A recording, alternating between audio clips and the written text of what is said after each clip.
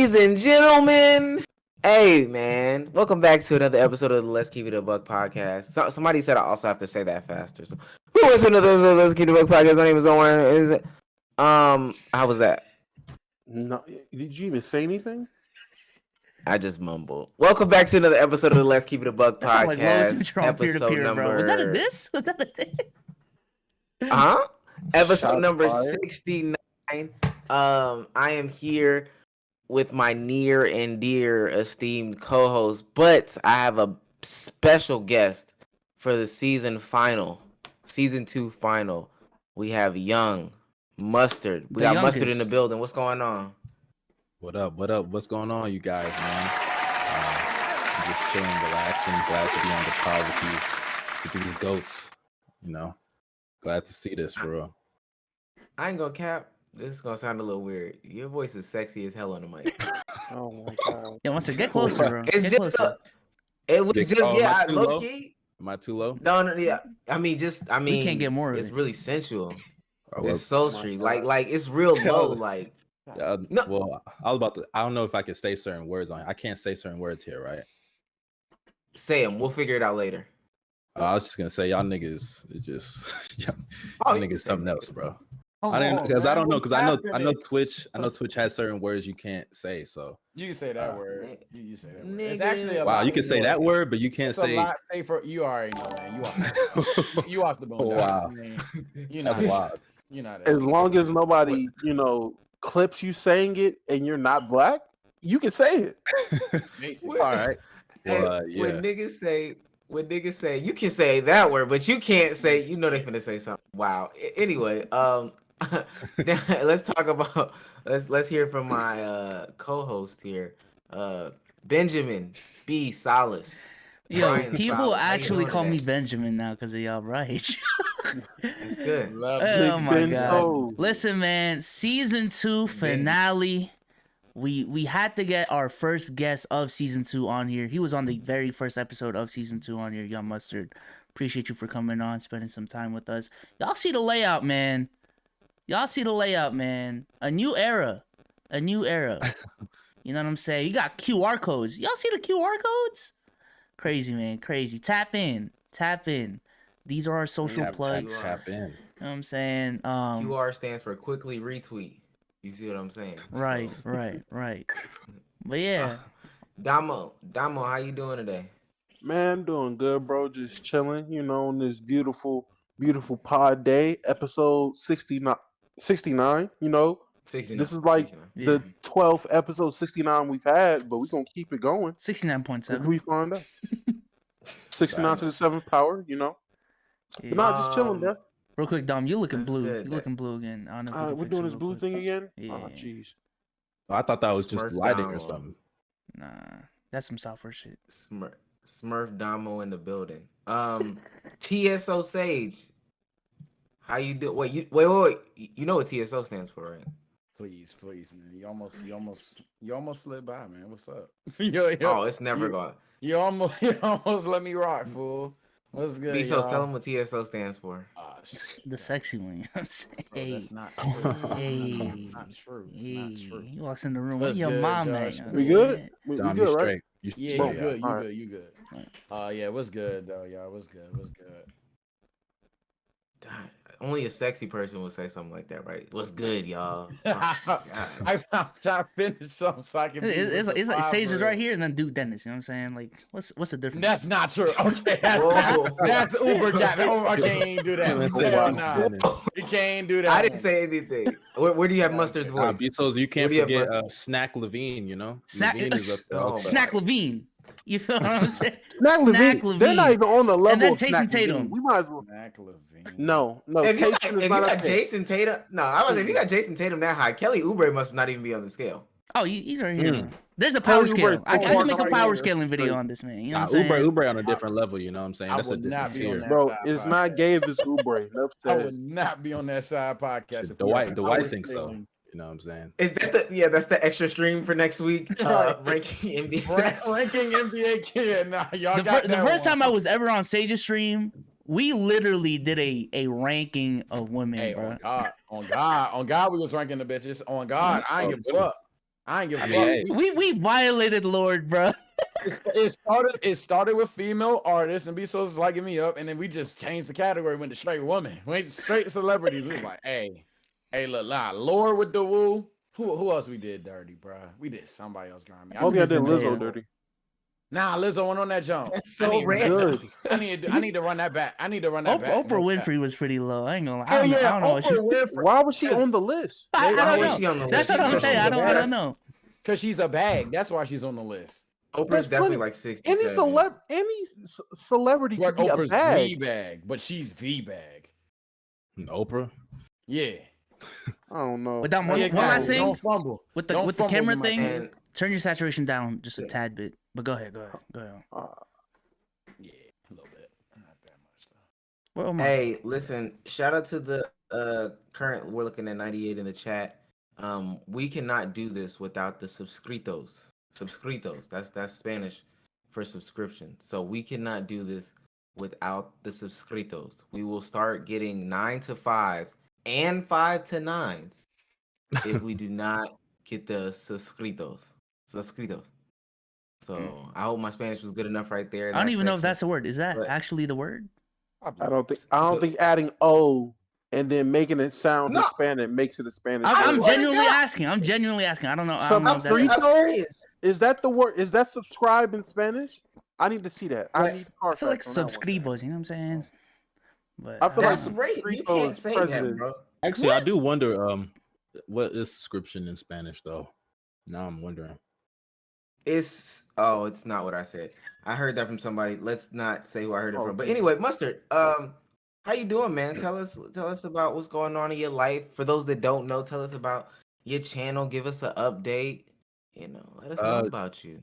I've been chilling. I've been really this summer I was focused more on my channel, and because I didn't really feel like I gave enough effort while I was in school.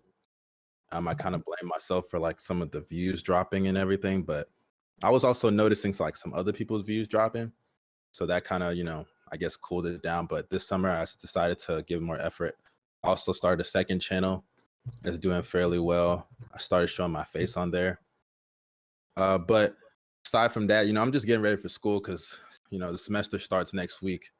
next week I'm for you? already yeah, it starts next week, Monday. Oh shit. When's your start? September 9th. Oh, man, I wish, bro. I Mustard, wish. where do you go to school? University of Houston. Yeah, we start next week too. I guess that's a Southern thing. We start next week. Mm. Let me Where ask you this. Oh, Georgia State. That's what's up. Let me ask you this. Do you feel like, I don't know how far in you are. I was on peer-to-peer today and they were having the conversation that they always have. Do you feel like dropping out of school would have been beneficial for you? I've definitely thought about that, but for some reason, I just feel like I don't know. Maybe it's because I don't look at my sub count that like I look at other YouTubers and I say there are other YouTubers more successful. So I feel like I should wait if I'm gonna do something like that and make it like a dramatic decision. But then I've also thought like, oh, I'm almost done, but I can always go back and finish also. And it's definitely something I've thought about, but I'm almost at the finish line, so I just decided to finish before also. And I'm trying to be a journalist as well. That's something I want to do. I do want to be a journalist and get into the NBA sphere. And because I have a YouTube that can help, Mhm. I feel like it should help in some way. I'll also write articles. I haven't wrote articles in a while, but I also do write articles and I do other things in my my realm of journalism, and I have connects. So I feel like I should try to get that degree to pursue that. But if YouTube were to just like, let's say I were to hit like 100K by like the end of the year or something, like I definitely would consider it at that point. Mm. But obviously if certain things happen, it's just right now I feel like I should wait and finish out the year. What's almost done? You said what'd you say? You said you're almost done. What's almost done? Oh, my school. Like I'm almost. So I'm saying, where are you at? Yeah, in you going to school? your final year? Oh yeah, this is my final year. I plan to graduate in the spring. Hey. Oh, okay, that's a little bit different. Okay. Me too, Okay. man. Me too. This shit ain't Yeah, good. bro. It's been a journey. I'm just ready to get out of here. Not gonna lie. Me too. So since you're getting trying to get into journalism, from what you know, do you actually have you heard from people that having a YouTube channel based off of the field and journalism you're trying to go into, is that something that actually might help you, or you're just kind of like hoping it does type shit? I mean, I've had conversations with people and like they haven't really told me how it should help. They just really say, "Oh, that should help," and I'm like, "Okay, How? well, I guess It you know." should, And right? like, It should, but does yeah, it? it should, but like, I will say like it has technically helped because I got my well, then again, I did start a blog on my own, Mhm. but I did get reached out to by I can't believe I can't remember them right now, but I did get reached out to by a publication to write for them as well. Mhm. So it's Official Basketball University. There it is. I forgot. I couldn't believe I couldn't remember, but BB University, they reached out to me. You know, I've been reached out to by other people as well, but it's like people I'm not really interested in working with. Mhm. I have connects, but like a lot of the things, you know, I've done like connects. I've already seen like how YouTube has helped because there have been people that have reached out to me like on Twitter or DMs on Instagram, Mhm. you know, and like they see my YouTube. They don't even know that I'm a journalism major or anything, Right. you know. So I guess it's already helped by establishing connections. But outside of that, you know, I really don't know what else is supposed to really help with the journalism field. But I guess it may help with my brand and me like establishing a name in the field. Maybe that could help. But aside Mhm. from that, I don't really know. So do you want to work in the NBA like period, or do you want to be specifically a journal? What am I Like a blanking out? freelance. Yeah, yeah. I've thought about doing freelancing, but if I've always wanted to, you know, interview like players.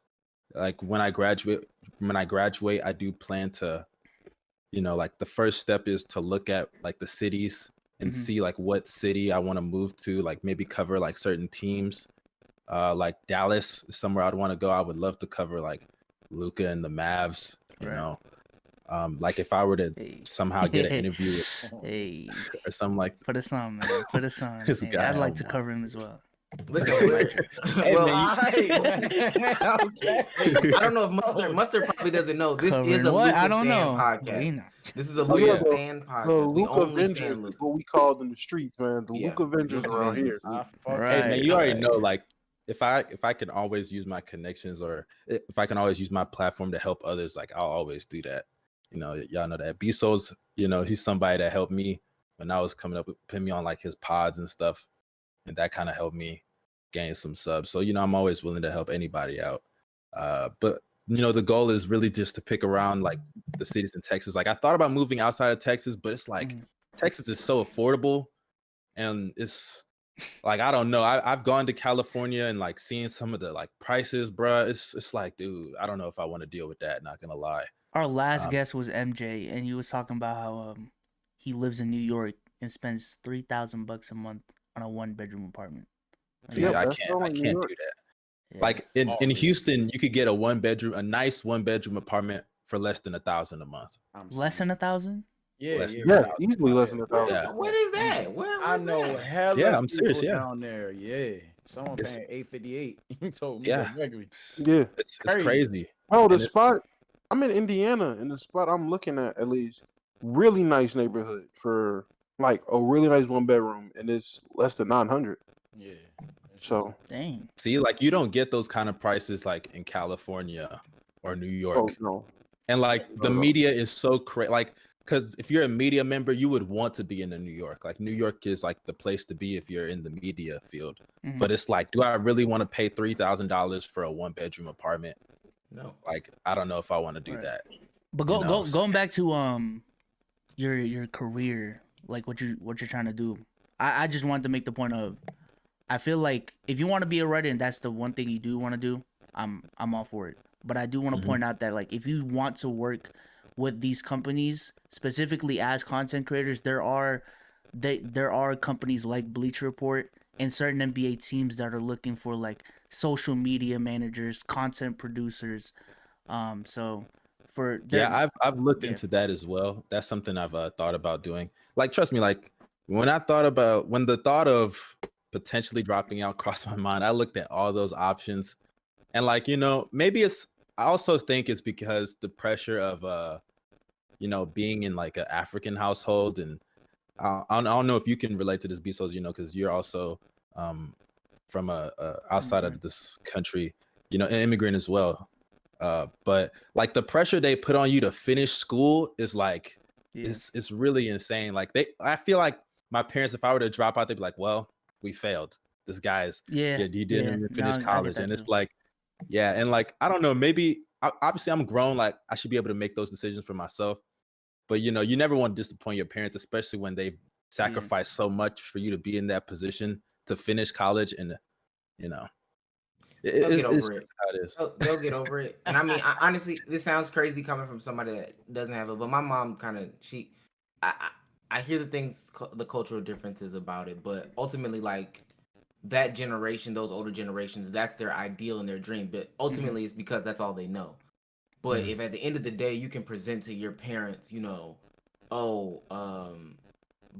I make this amount of money being a YouTube basketball analyst or whatever the case may be, or covering the NBA. It's something that I actually enjoy, and I can do it on my own free time. I have the creative ability to do it on my own free time. Right. I promise you, your son isn't this quote unquote failure that you believe him to be. Trust me, it'll take it hard because all they understand is the degree. Believe it or not, my mom still feels some type of way because my brother dropped out of high school, and I'm not high school, but out of college, and we're talking about like legend of winning. Like it's crazy that they feel some type of way, and even to some degree, agents' parents apparently feel that way. But at the end of the day, like especially when they bills is getting paid by the money that you can generate, it's not gonna matter in the long run. That's what happened with my parents. It took me a while to get to this point where they're comfortable with me doing YouTube full time, but once they kind of got a better grasp of how much money I'm actually making, and which is, let's just say, long story short, is comparable to an entry level software engineer job at Amazon. Hundreds of thousands of dollars. That's what he's trying to say. I'm just saying.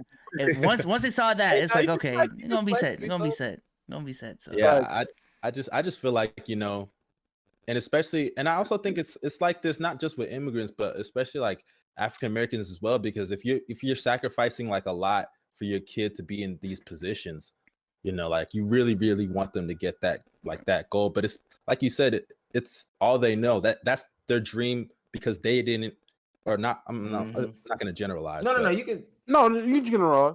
Yeah, that's pretty much it. Like they didn't have the same opportunity to do that thing that was marked as like a level of success. Like the degree was like a level of success, and they didn't get the same opportunity. So then they sacrificed so you could do it. But ultimately, like that's not the only way to get to. There's two ways to skin a cat, is the expression. Bro, like you gotta think of.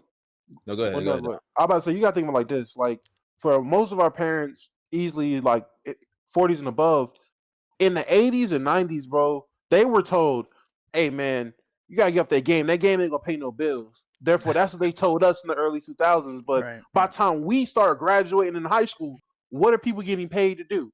Play video games. Like all the stuff they told us, oh, there's no way you're getting paid doing that stuff. That's just hobbies. A lot of people are getting paid off their hobbies now. And it just the internet. And it's something that even everyone from that generation, no matter how cool they are, no matter how strict they are, they don't understand that times have changed to where a degree holds weight, but it definitely doesn't hold all the weight or majority of the weight anymore. Like they want to see results. That's something I learned with my parents because I felt like when I dropped out, I was the biggest disappointment in the world, and they let me know like, nah, it's not that. Like we knew school wasn't for you. We knew you didn't want to go to school. You did it for the family, and we're just proud of you for doing that. They just want to see results. They just want to see me put initiative to something and see me grow something. So with the pods that I've done and other things, like that's been the wave.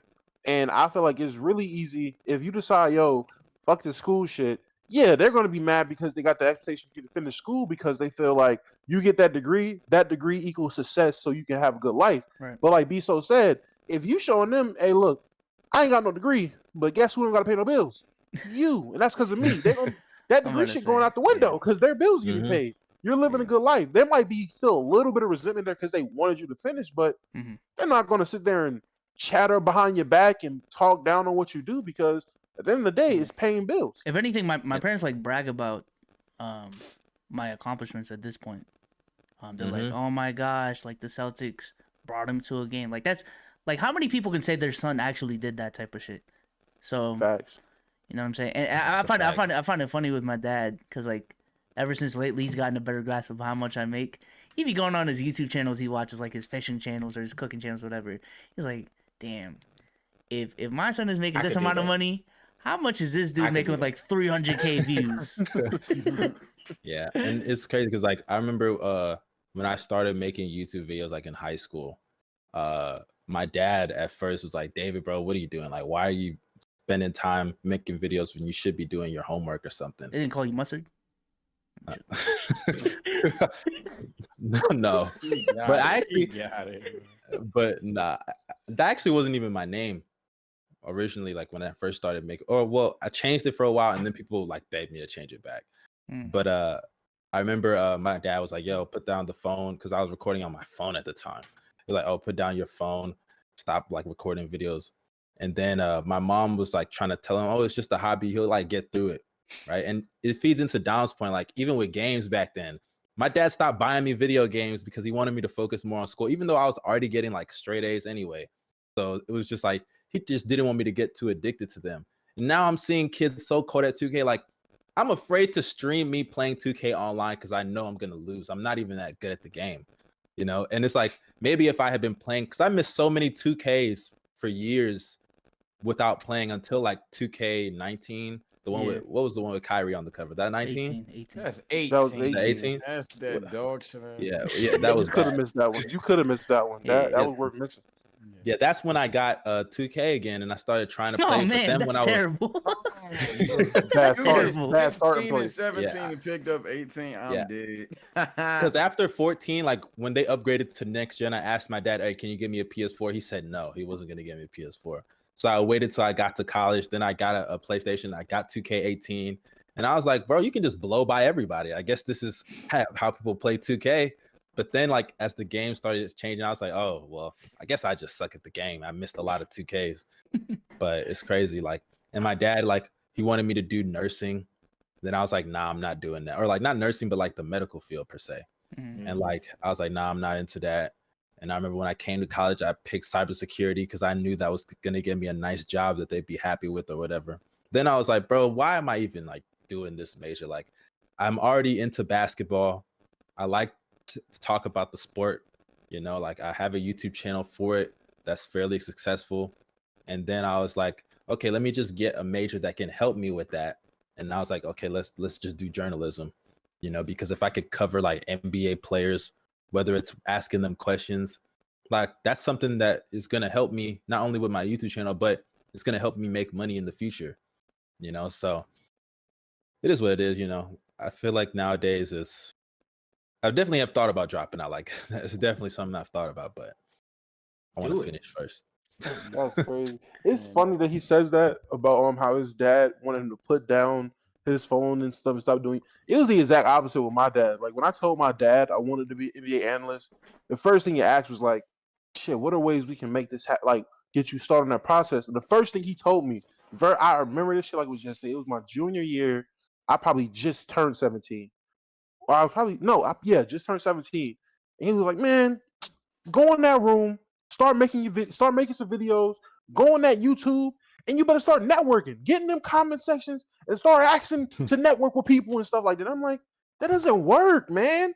First thing I went in their comments, lo and behold, it's fucking Bezos, and now I'm here. So it's crazy how that shit works. Like it's surreal to me because my dad's always been like my mom, like both my parents been supportive of me trying to do like pursue shit on the internet, no matter if it was my streaming phase or when I wanted to be a YouTuber, all this shit. Like no matter what I tried to do, my mom was always supportive, even if she didn't get it. My dad didn't get it, but that nigga did his best to try to understand it and pushed me. Like whatever I tried to do, that nigga pushed me in that direction. Like, listen, do it to the fucking extent of your power, do it to the best of your abilities, and whatever it is, and supported me like a motherfucker. And I'm very fortunate because I hear stories like you must. I hear stories like a whole bunch of other people where their parents went with that shit. They were like, "Man, that's just pointless. That's just useless." Only thing they felt like that. Well, my mom felt like that with the game. My dad played. He's the one that taught me how to play Call of Duty. My dad seen the wave. My dad let me play the game all day because he knew what was on YouTube going crazy with trick shots and blowing up. So he's seen it. My mom didn't see it like that. So I'm very appreciative that my parents were so supportive and didn't really push the whole, you gotta go, it's all school or nothing. Dead ass happy that shit happened with me growing up. And I also think another thing is like, because I was the firstborn, you know, they want me to like set this example for my sisters and my brothers. I'm the exact same way. Yeah.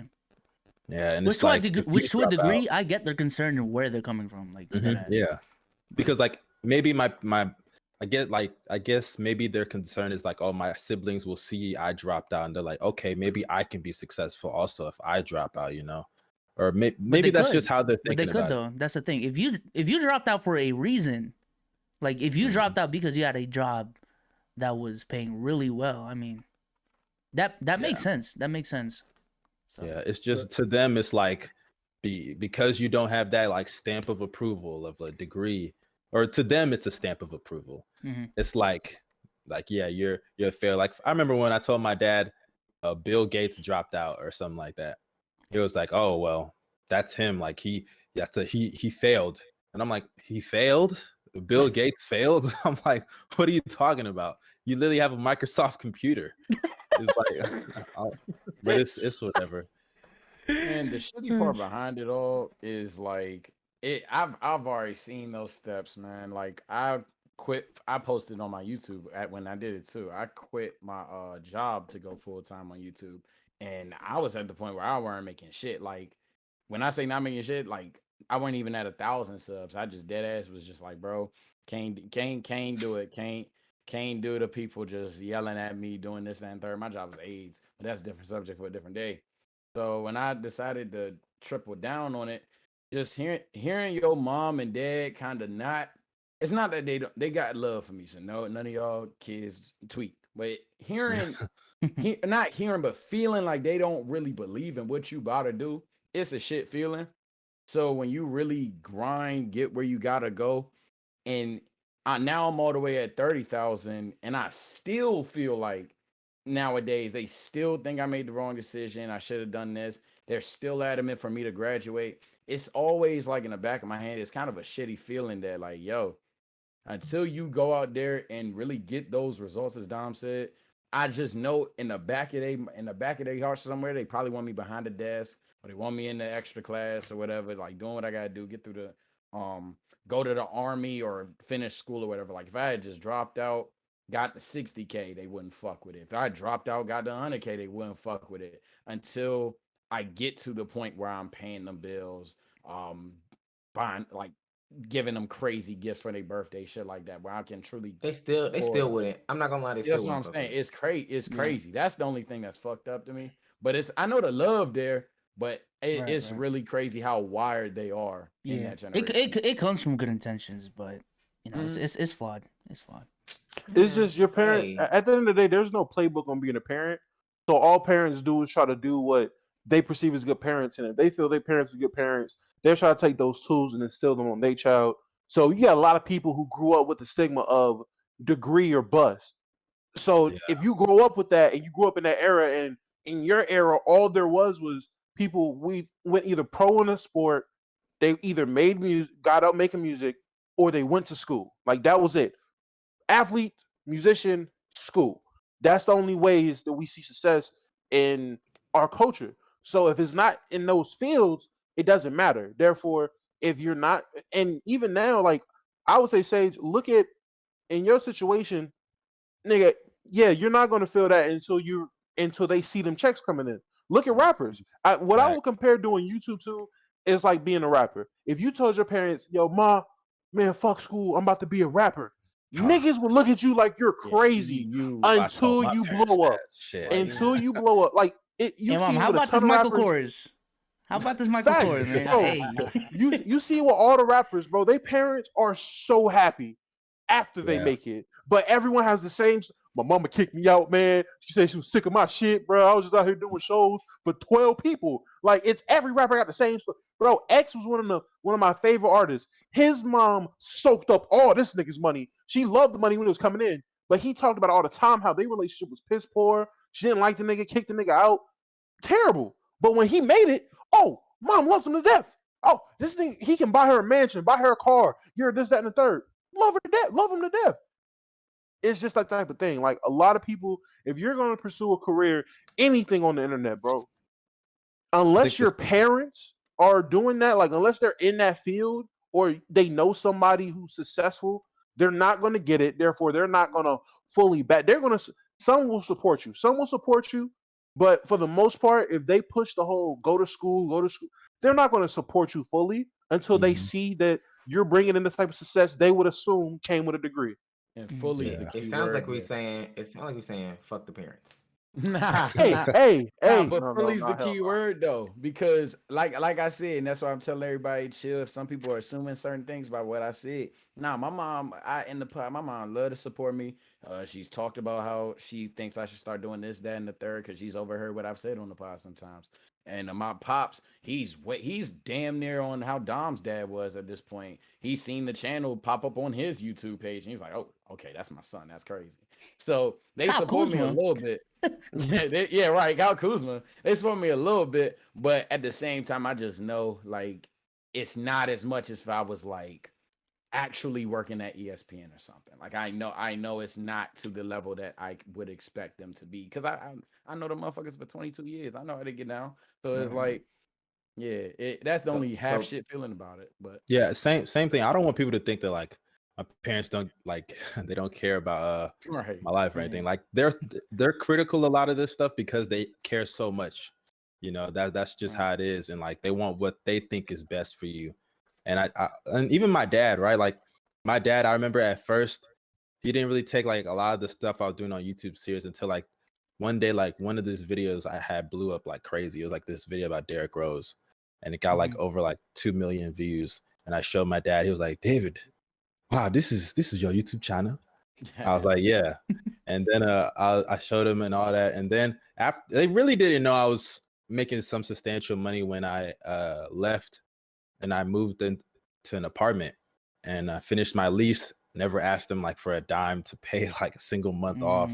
Yeah. And then like when I came back, they were like, "David, wow, I'm really shocked that you know you lasted that whole lease and you didn't ask us to help pay your rent or anything." I'm like, "Yeah, I'm fine," you know. But I think like when you I got when it, you Mom. start Don't worry about it. Don't worry about it.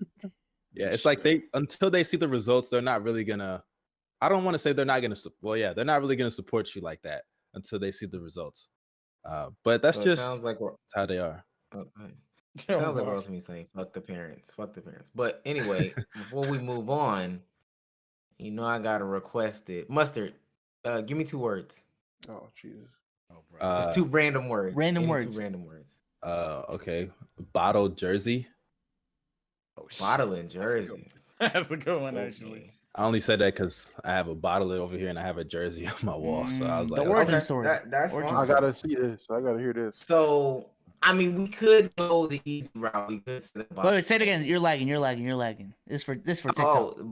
Okay, you're good. It's bottle and jersey. Okay, good. Okay, so we could go the easy route. We could say bottle has a neck, and what else? Like the neck goes into the head of a jersey, right? But that's not where I think everybody's thinking we should be going. Or we could say, you know, a bottle has a cap, and in baseball, the cap is a part of the uniform, which another part is the jersey. I think that's another thing that people would say, like, that's easy, Omar. But when we talk about bottles, he held up a plastic one. You see what I'm saying? And what do we know about plastic? Plastic isn't biodegradable. You see what I'm saying? It's not natural. It's not natural. My God. It's man-made. Man. It takes a lot of blood, sweat, and tears, but mainly that sweat. And most of that sweat is produced in a shop. We're not saying a sweatshop. We're just saying it's produced in a shop. You see what I'm saying? But you know what is made in a sweatshop, since you guys brought it up? Jerseys. Hey, specifically from Nike. Specifically. All I gotta say. He could have just man went from said he had to sweat throw the straight to shot at Nike. basketball, but damn, that was impressive. I mean, hey, and that was impressive. I'm always impressed. I ain't gonna lie. Like, this is like random words, and he just does it so eloquent. You know what I'm saying? The delivery is just, it's crazy. It's crazy. The talent is there. Kate Cunningham of the podcast game. I'll give him an applause. I'm a That floor was raiser. that was nice. That was Floor nice. raiser. I think that's a good transition since we're talking about sweatshop made jerseys to talk about the Bulls. Mustard, I heard you were a Bulls fan. How do you feel about the new look Bulls, and where do we think that they are gonna end up at? Hey man, all I gotta say is Bulls in 6. You know, like we really coming for that chip. You know what I'm saying? Out of the first round? I'm about to say. What Mm. chip? Bro, okay. In all seriousness, Okay, let's because I know y'all let's get real. niggas gonna start. Let's get y'all just gonna real, start- Macho. Let's I get ain't gonna real. match. I was Y'all chilling.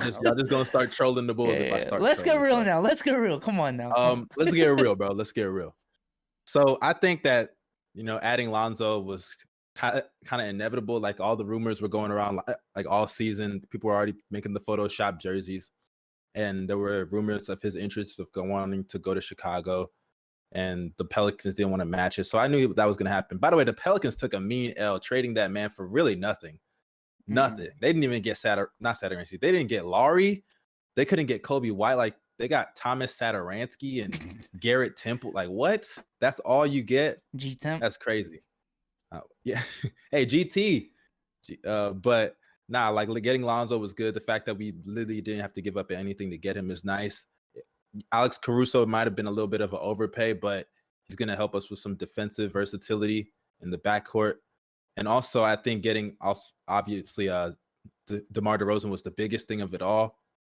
Only thing I'm concerned about is our defense, though, because Levine is not the best defender in the world, but his on-ball defense has gotten better. But off-ball, he ball watches a lot. And then Vucevic is like Jason always tells me, he's like a walking turnstile. The guy is just terrible. Not terrible on defense. He's an okay rim protector, but that's about it. So I think we're gonna be good offensively. Defensively is really where I have some questions in our depth, but we still have Laurie and Kobe. I don't know what we're gonna do with them. If we're gonna trade them, keep them, is what it is. I can care less about Laurie. He can really give somebody somewhere else for all I care. If he wants to go to Dallas, give us DFS, and that's fine. We'll be cool with that. But I think we can be. Man, I don't want to overshoot the expectations, but I think we could be like a 5th seed, 4th seed, maybe. Now say what you really feel, bro. Say what you really feel. 4th, 5th seed at the best. Second seed. I think that's what I was saying is so crazy about the Bulls moves. Any other year where any other team would make those types of moves in the offseason, adding Lonzo, adding Caruso, adding DeRozan with Zach LaVine and Vucevic, we would dead ass be talking about them being at the top of the East. The fact that Mustard just said they would be maybe a 5th seed or a 4th seed, that's crazy as hell. But you think they're going to be better than that? Sucks. How? I mean, they might not be. Honestly, they should be. Like, that's what I'm saying. They should be with that accumulation of talent. I don't know if that's saying that they personally suck or that the East is so good at the top. It is, yeah. That's crazy. The East is very top heavy. Like the Nets and the Bucks, I think, are like solidified as like the top 2. And then after that, the Sixers. Well, to be fair, when you have Ben Simmons on your team, you can lose any series. So that's that. And Ben Simmons, I don't know what they're going to do with him. I don't know if they're going to trade him for Buddy Hield and whatever the rest of the package is. I don't know if they're going to trade him for Dame. But if I'm the Blazers, like why don't you trade this guy already? Like you have a package right there. And the Sixers, having Dame and Embiid would just be great for them. But outside of those 3, like the East, I think is pretty open. The Hawks, I think the Hawks are better, but they're not like too much better in my opinion. I know Omar might disagree, but I still think that anything is possible outside the top 3. But the East is just very top heavy. That's just how it is. The days of Roy Hibbert being the best big in the East are gone. You know what I'm saying? So real quick, going back to the Dame point. And maybe this is a hot take, but I'd rather have Dame's next 5 years than the rest of Ben Simmons' career. Oh, that's not a hot take. That's not a hot take at all. Ben Simmons stinks, man. He's not a good NBA player. Like, I've been saying that. No, but you said they have the offer on the table. Okay.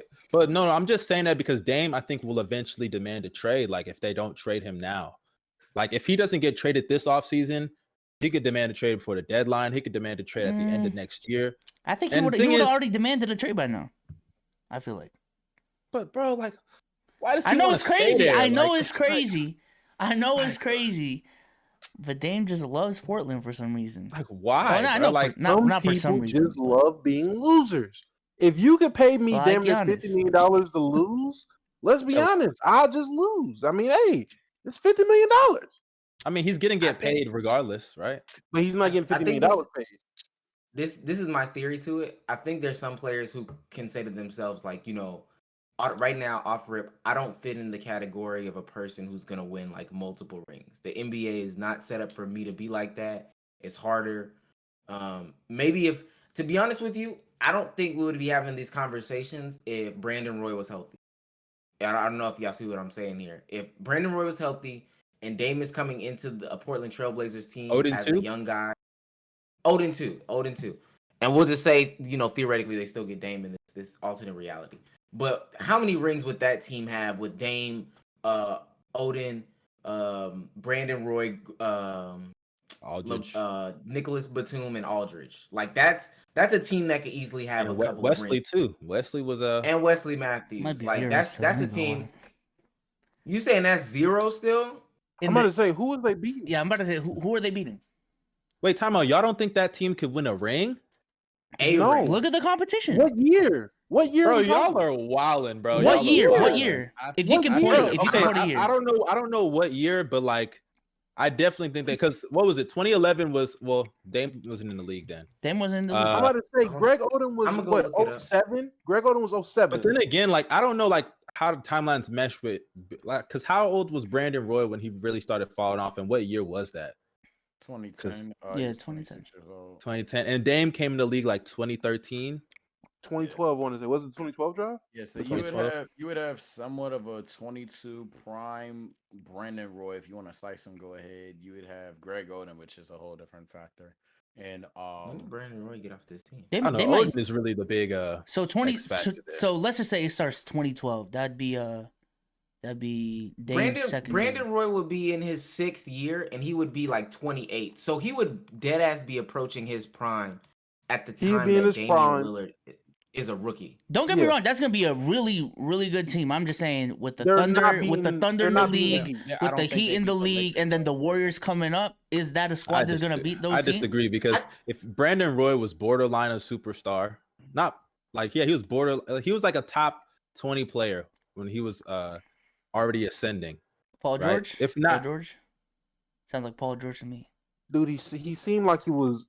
He seemed like he was. Why y'all gotta throw these comparisons out there like that, bro? Why y'all gotta do that? I'm gonna just do it this way. They don't beat the Lakers. They don't beat the Thunder.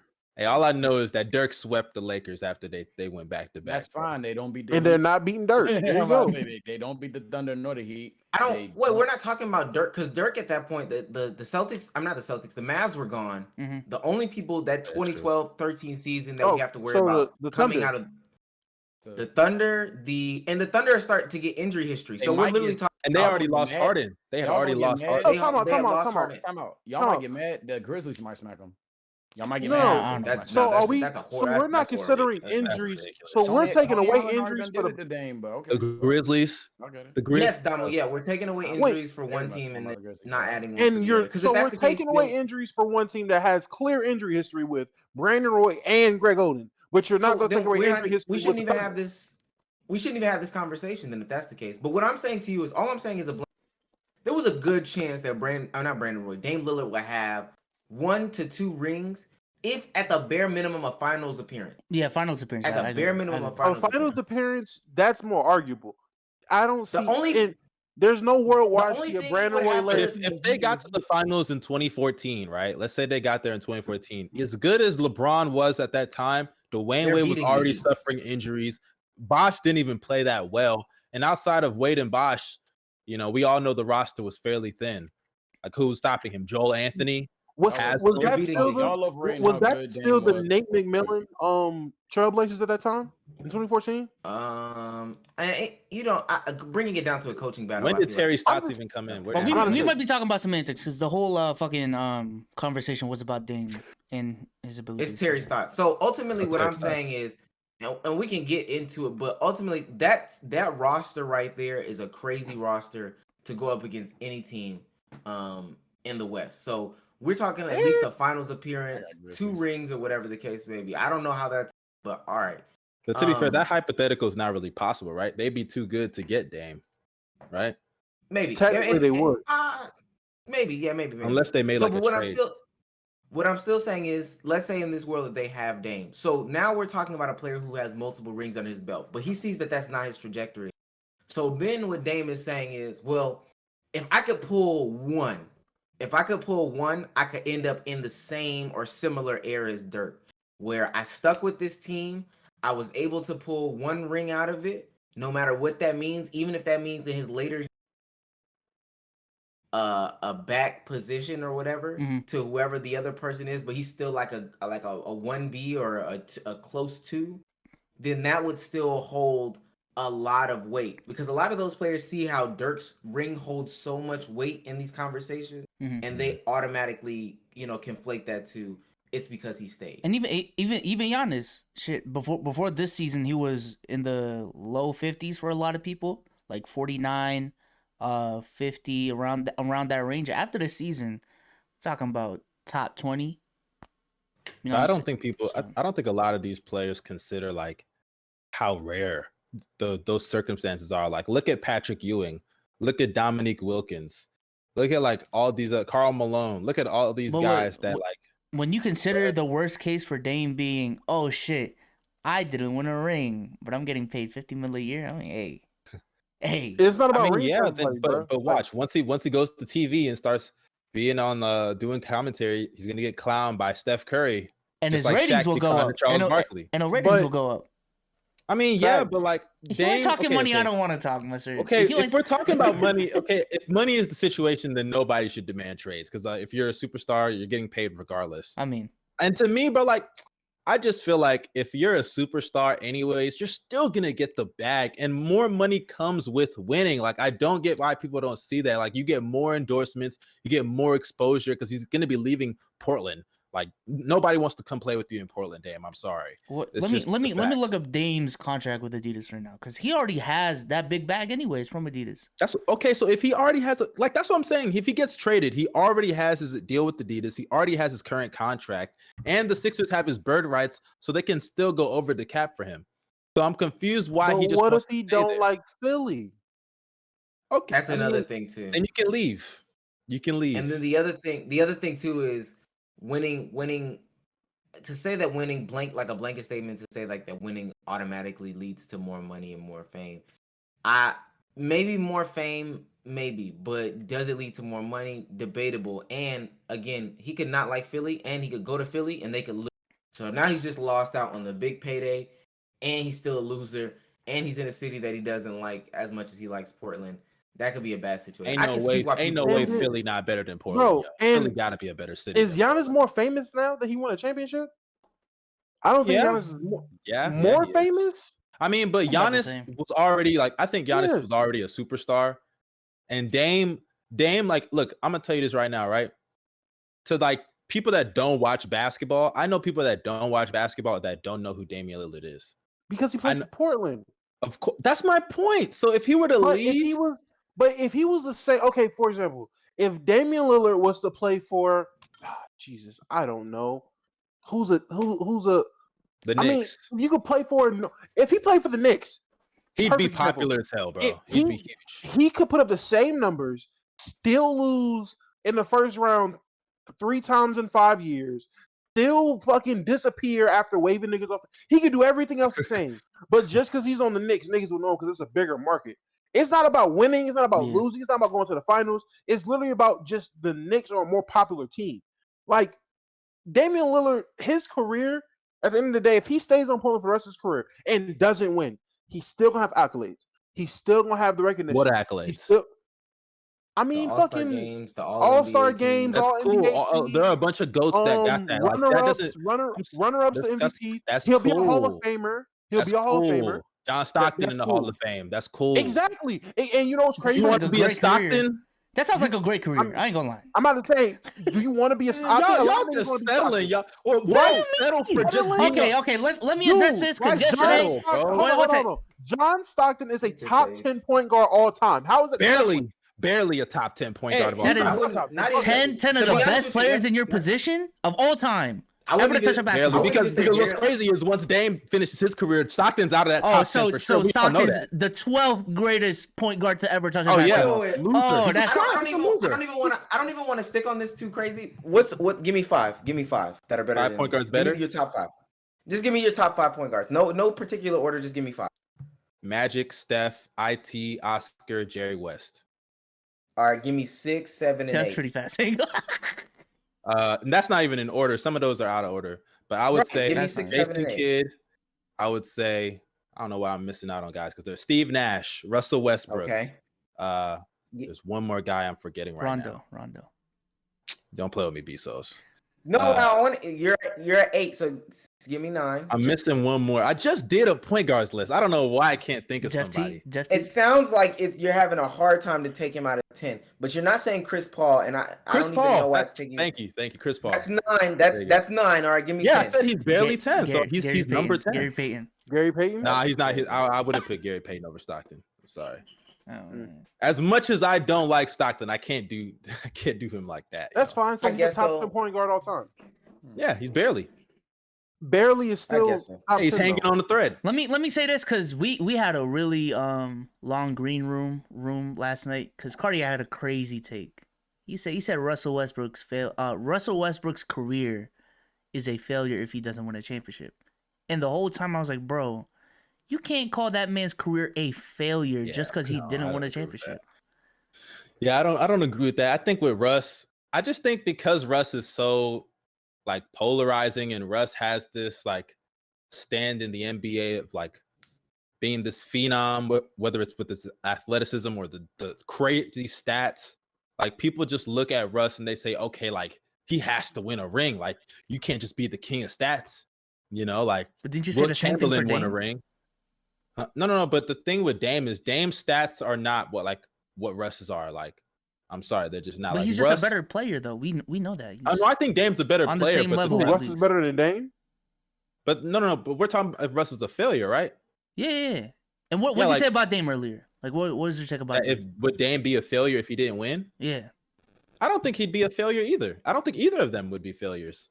I just think that he would be settling to stay in Portland when he knows they're never gonna. I'm sorry, bro. You're not winning in Portland. It's the facts. If CJ is your second best player, you're not winning a championship.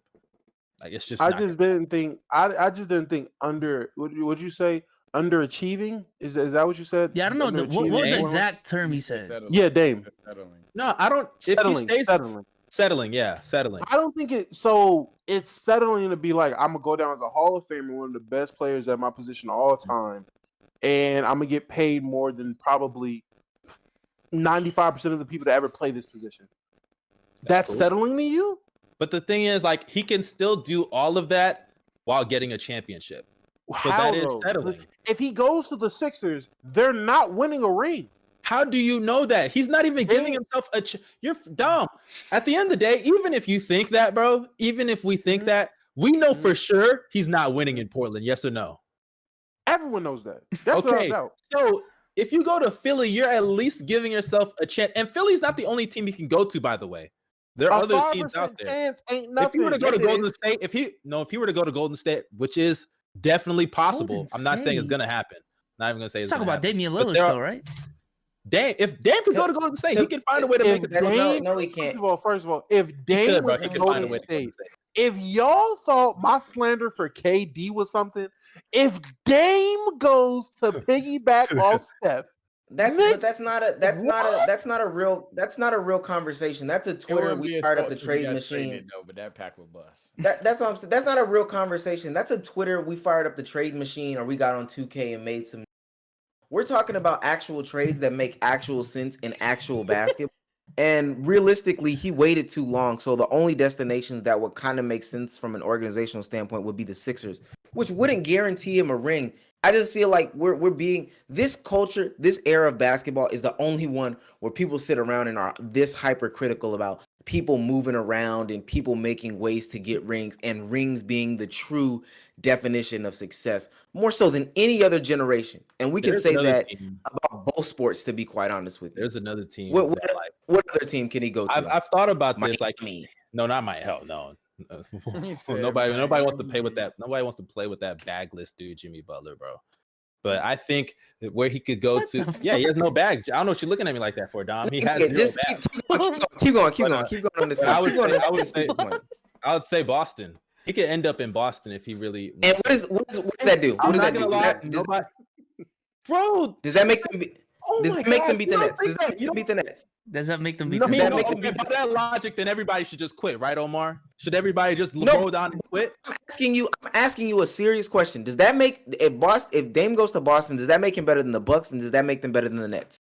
The Bucks, probably not. The Nets, actually, the Bucks are not as unbeatable as a lot of people. I'm asking you a question. I'm asking you a question. Fuck a lot of people. We asking you, bro. Nets, no. The Bucks, maybe. They could maybe. Maybe crazy. I literally I say like a week. I mean, you never know, bro. You never know, bro. Like we all know he's not winning in Portland. He at least gives himself a chance going to other teams. He might stay in Portland because you never know. You never know. Stop, you never know. Bro. You never know. Even if I'm so serious. If every team in the West lost their second best or first best player, he's still not winning a ring. I don't care what anybody says. You're right. But he just lost to the Nuggets. My thing is this. Why leave if it's not guaranteeing you a championship? If you're comfortable somewhere, if you like the area, it's close to home. You're a West Coast kid already. If everything fits for you to stay in that spot, really that close to home? Oh yeah, it is. Portland, he's in Portland. He's from Oakland. He's in Portland. He's close to home. He likes it there. He's already a loyal guy, and that type of shit matters to him. If it doesn't guarantee you a championship, why is he leaving? Him going to Boston does not guarantee. That's settling, bro. You're settling. No, that is settling. That is settling. Mustard. This is I understand you're a Bulls fan. Sage's trying to say something. Oh, go ahead, Sage. The problem. No, you're trying to bring up. Okay, go ahead. My bad, Sage. Go ahead. The problem is no matter where Dame goes, it doesn't guarantee him a championship because he's just not a top 5 guy. That's the problem. It's like he could go anywhere but LA. He could go anywhere but Boston, and nothing will guarantee him a championship unless you're asking Dame to create a super team. So I think to tell Dame to quit essentially or just stay in Portland, I mean that's up to what he wants. As Omar brought up earlier, it did change with decades. Melo not too long ago chose New York over Chicago. Like it's a matter of what Dame wants to do. And what I found funny about y'all talking, and I'll go back to y'all because y'all was heated type shit. But Dame to Boston is something I actually brought up not up too long ago, and I was just like, look, regards to the Bucks, I think the Bucks locked those up. I actually on the opposite side of Mustard. I think the Bucks have a more secure chance against that. But the Nets, I'm not saying they'd be better than the Nets. They definitely lose, in my opinion. But that's just who got it that night. If you telling me Dame and Tatum got a ball with Kyrie, Harden, and KD, it's literally who got it and who don't that night. I would say that goes 6-7 easy, but I probably got the Nets because KD better than everybody. That sounds like 3 of the top 10 players in the league versus 2 guys who are top 10. Jason Tatum. Yeah, Kyrie Irving. Top 10. Kyrie Irving. He's like borderline 10. You know what he's saying.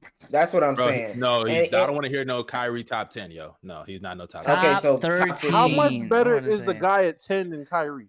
I'm about to say. Who do you have at 10? I have Funny AD. enough, that's damn near Damian Lillard, basically. So, Dame. Ooh, it could be Dame. Is Dame in your top 10? Probably not. And Mustard, the only reason you have AD at 10 is because of his injury-riddled season. It's not because of his talent. You know that. Okay, well, if you move him up, then I guess like either Embiid. No, because he would be in the top 10. Dame is 11 on my list. So like, if AD were to move up, somebody in the top 10 were to move back. All those guys are better than Dame. You have what Dame you just said is. Yeah, I have Dame over Kyrie. But you don't have him too far above him, though. That's what you just said. Yeah, probably not too far, but I think Dame is like. So then, what are we talking about? But to me, Kyrie's two top 10. But I'm just saying, you have 2 top 10 guys, and then Kyrie is closer to Trae Young than he is to the top 10. That's irrelevant. You have 2 top 10 guys on the Brooklyn Nets, and then the third guy is close enough to one of the best guys on the Celtics that you're saying if Dame goes to the Celtics. So obviously that team would still be better. An irrelevant conversation. All I'm saying is, to be quite honest with you too, the reason why Dame wants to stay in Portland is because of guys like y'all. Literally because of NBA YouTube. It's y'all's fault. When y'all inflated Dirk's ring to be this mystical thing because he stayed and he won. When y'all hype Giannis with this one ring because he stayed and he won. That's not why we're hyping it, bro. That's not why I'm hyping. Dirk's ring that adds to it. That didn't add to it. Say it didn't add to it. It helps the story, but the ring itself is what the reason why the ring is so great is because the teams he beat to get the ring. Making it a part of the story helps the case for Dame to stay. That's what I'm telling you. Yeah. But what Dirk did, I will say, Giannis winning this past ring and the perception change with Giannis, Dame was looking at that and like, yo, I want to be in the same position. And I agree, Omar. NBA YouTuber, NBA YouTube, not that good, as great as NBA YouTube is, and we all are part of this community. It has had some, like, in terms of narratives when it comes to NBA players, it has had an effect. Like I ain't gonna lie, before I came in, like the whole NBA bus situation, like we weren't calling players bust left and right before NBA YouTube. Like let's just be honest. Nigga, we were Wiggins 2 years. Oh my God. 2 years into their careers, nobody was getting called a bust. That's what I'm saying. And then just being self-accountable. Like 10th picks weren't busts before NBA YouTube. Like niggas did not care about what the 10th pick of the NBA draft. 10th picks are busts now with NBA YouTube. I don't understand that. But let's keep it going. Is Dame really the best player on the Celtics if he goes? I think y'all are understanding. I don't think so. That's debatable. Even if he is, I don't think he's better than Tatum. Even if he is Damo, even if he is, that would let me know. That would let me know that Tatum isn't in the top 10. So then, if he went there, they would have nobody in the top 10 versus a team with 3 guys in the top 10 versus another team with at least 1 guy in the top 10, and Chris Middleton and Drew Holiday closer to. So it still sounds like if he goes to Celtics, he's not winning. It's not like he goes to any team, he's not winning. So you might as well stay there. And like NBA YouTube said, if you win a ring with your home team and you beat these odds, hey, it'll mean a lot. Yeah, I never said that, bro. I never. To me, but it will. We've had several episodes talking about how loyalty is a bit overrated, and it's coming from. It is. I've in my Giannis video that I dropped, my whole take was I was talking that shit. That was my thing. I was talking crazy about Giannis, and I was wrong. That was my thing about Giannis. I've never once. I've dissed Bradley Beal. I've dissed Cat, but I've chilled on Cat because he had a whole situation. But like in general, if Cat was just being an idiot, I'd go at him. Like players who are just rotting. I talked about Free Zion 2 years early.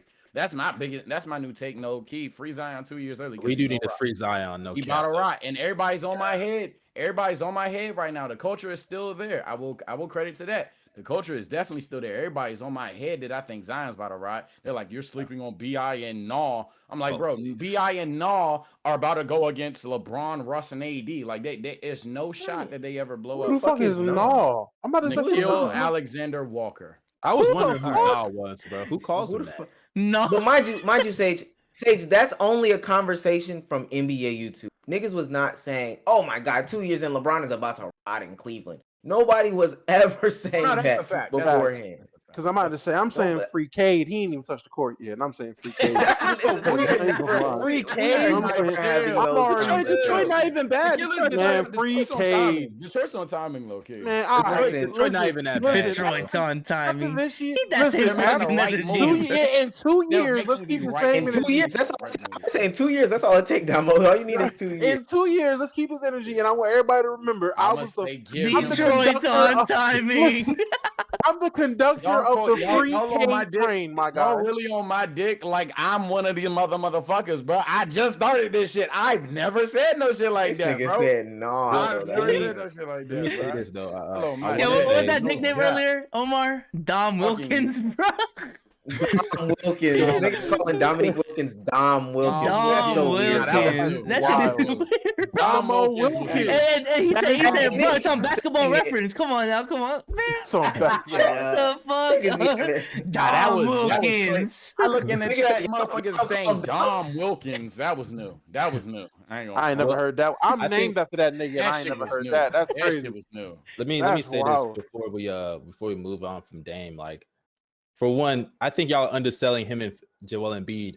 I think him and Embiid could actually beat the Nets, in my opinion, because Yes, they can. You don't believe because that, so because you don't yes, I believe do believe that. I do believe that. No, you don't. Tobias Because and Kevin Durant Durant get Embiid. why y'all? I ain't everything. The reason I believe that is because because kind of grossly thank downplaying Embiid. exactly y'all are downplaying that like crazy Frustrating. because you have first Embiid deals with some of the worst spacing in the league and he's still dominant in the post. So if you give him a guy like Dame with a shooter like Danny Green, Tobias Harris, Seth Curry, like all that spacing, he would dominate in the post. And the Nets' biggest weakness is interior presence. That's number one. And two, Dame, we all know nobody's gonna guard Dame anyway. But why So why that's was that. it when Ben Simmons got injured in the 2020 playoffs, the Sixers got swept? Because who was in his front court? Al Horford. Spacing though. Al Horford is not a Horford, good But shooter that's like a significant Come talent on, drop off. come on. Al Al Horford Horford is sounds too like slow to guard power forwards. And He can Tobias space the Harris floor, fell though. in, He can space the Tobias floor. Harris fell and hit his face on the floor, and it was over after So it that. sounds like floor If spacer. Tobias is guarding Kevin Durant and James Harden is getting guarded by Danny Green, give me that matchup. I mean, First I to don't 50. think Tobias is First to guarding him. 50 for Tobias 7 not- games. First to Thibault- 50 for 7 games. Thibault is guarding him, bro. What's crazy Thibault about that? So who's is- guarding KD? Bro, Thibault would probably guard KD. Who's guarding James? Bro, you're not stopping them niggas anyway, bro. There's nothing. Danny Green would stop. Danny Green would guard James. All right, what there was we the go. first First word to, you first used? to 50. First to 50, who can stay on the court and in shape long enough and is going to be healthy for a duration of a series? I'm still taking the Nets over. This is the only I ain't never concern. played more than 50 games. Joel Embiid. Health is a very valid concern. But another thing is, I want to say, because this is a little off topic, but people are really underselling like Zion in New Orleans. Like he's out of there, bro. Like I don't see him staying past the next 2-3 years. Like because these new dudes are different. If I'm not mistaken, didn't Porzingis tell the Knicks he's not leaving Latvia, and he was threatening to like retire if they didn't trade him or something like that? Because I know he left the country, didn't show up to no practices, didn't show up to anything. He said, "Hey, trade me." That nigga went home. He went home and said, "Yeah, look, man, I'm not coming back." That's And he even told them, and if I'm not mistaken, he's hated in his home country for reasons that, I don't want to get Zion into. deadass just played his rookie season in a sense, and we're talking about him leaving. But anyway, shout out to the 118 and shout out to the 118 in the chat. I think there's still 118. Make sure y'all hit the subscribe button. I think we have the sub goal up. If we don't, the sub goal is infinity. Fuck niggas. I was telling them the sub goal, we got rid of the number. Y'all see a green bar, fill it up. Who knows? Who knows what the sub goal is? You're gonna have to find out. You're gonna have to find out. That's fact, not fiction. Let's transition over real quick to the L of the week. Wordu has titled this the L of the week. Earlier today, we had a Twitter user. We're not gonna shout her out. She's a clown, but she says, "Oh my God, don't you cut up NBA players just entering your DMs?" And the timeline naturally asks her, who are you referring to? And she sends the screenshots, and there is little old Jay Crowder with just a bunch of tweets. CJ the boss man or whatever the fuck is it? Trying to holler at her. Let me read these verbatim. This is from the Twitter user. Waking up to a message from a Phoenix Suns player wasn't exactly what I expected to wake up to today. Somebody responds to her and says, "I'm sorry, do what?" Then she says, "No, legit, LOL," and includes the screenshot from Bossman99, aka, "Hey love, you have my attention. Send me your snap, please. Sorry, IDK if you're into black guys." I want to start with Damo. Damo, how do you feel about this course of events from young Bossman99? Bossman. I don't care. It's not that. I mean, I didn't see what was so down bad about that. I mean, the nigga's a millionaire trying to holler at a girl in the DMs. That's a normal thing. I think it's weird that it's not even weird that she screenshotted it and exposed it to the world because expect the fish to swim. Yeah, expect the fish to swim. But I don't think he's down bad. He's down bad for asking for her snap. What is he supposed to do? Just shoot her fucking money on Cash App? Yo, what's your Cash App? And send her money on Cash App for it? Like, nigga asked for her snap, and because she is of the Caucasian persuasion, I don't know if you into black dudes because a lot of them ain't into black dudes. Despite I don't know, popular man. belief, I just don't know why he know. said sorry. Like, what are you sorry for? he's trying to be polite. Oh, please. What That's are we just doing? Oh, because he's a millionaire, he's supposed to be a hey, bitch.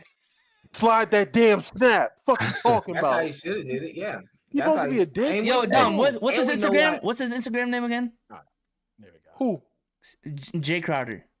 I don't know. I don't know Instagram. Omar, what Didn't is he just Boss say Man young boss? 99. Boss Man Oh, that's 99. it. You can't be going around with an IG handle.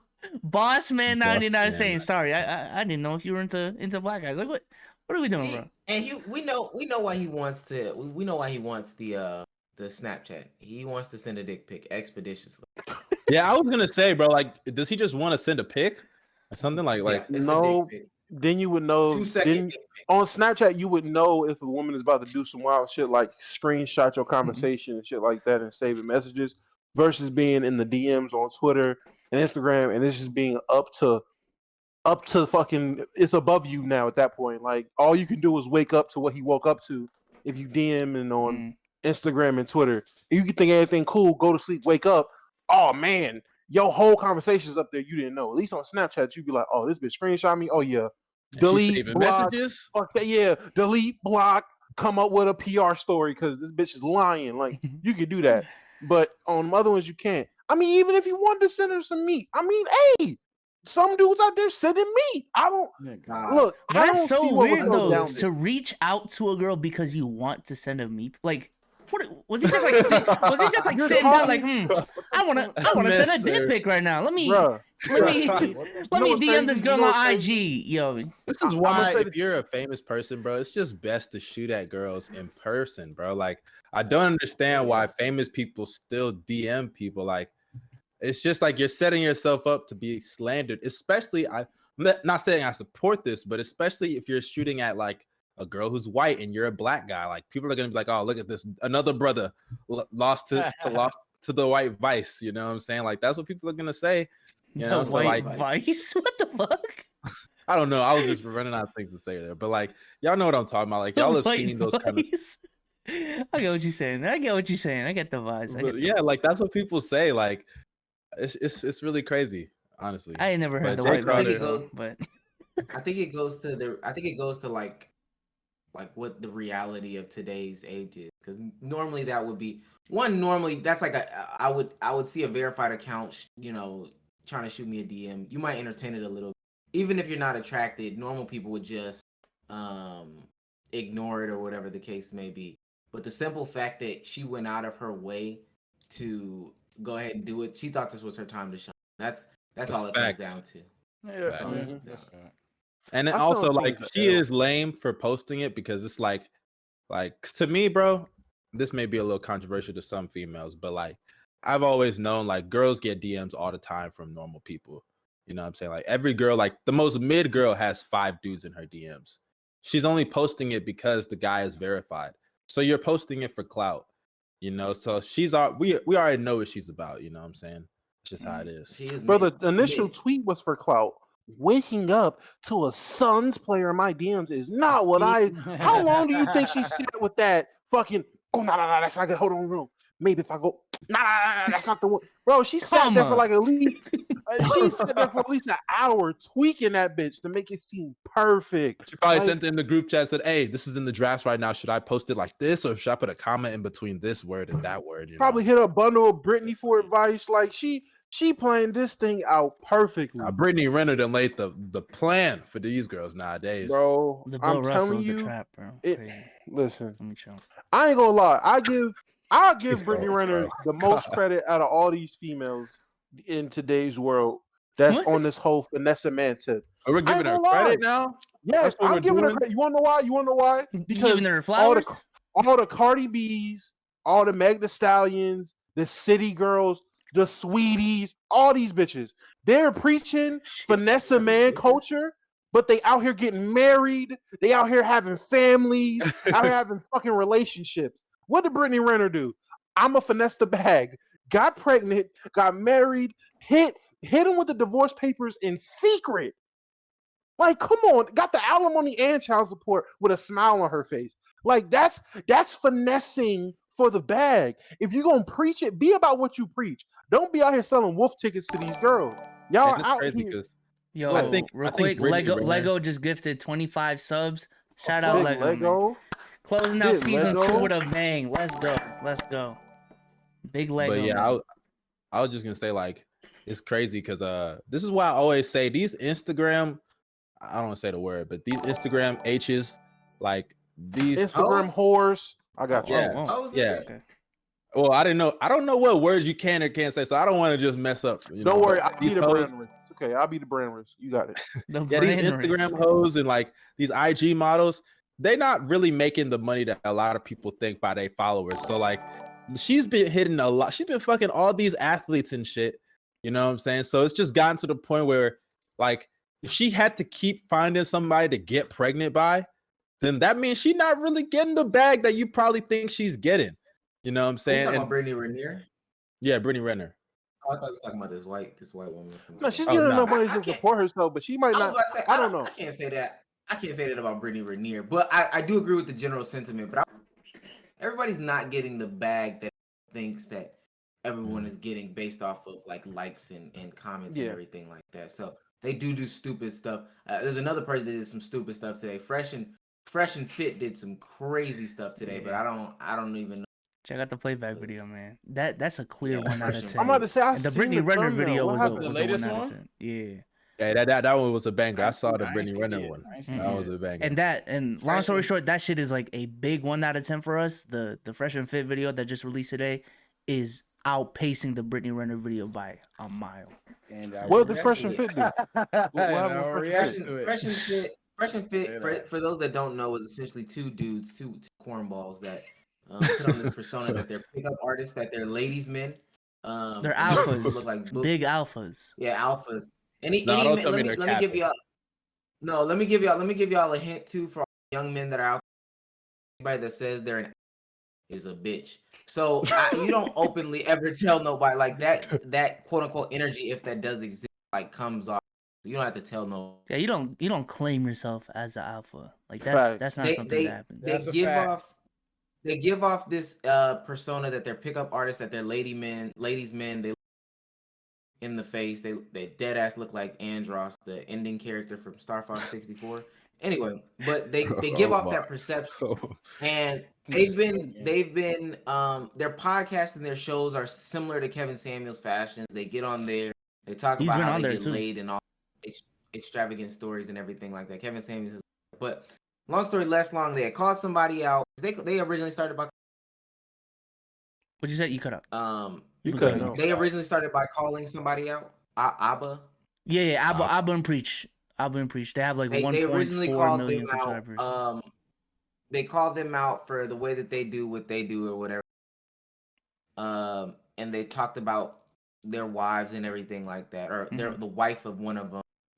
But long story less long, it turns out, because Abba was talking about how paying for sex, like, people, high value men eventually end up paying for sex. Like, you eventually end up paying, even if it's not directly, it could be.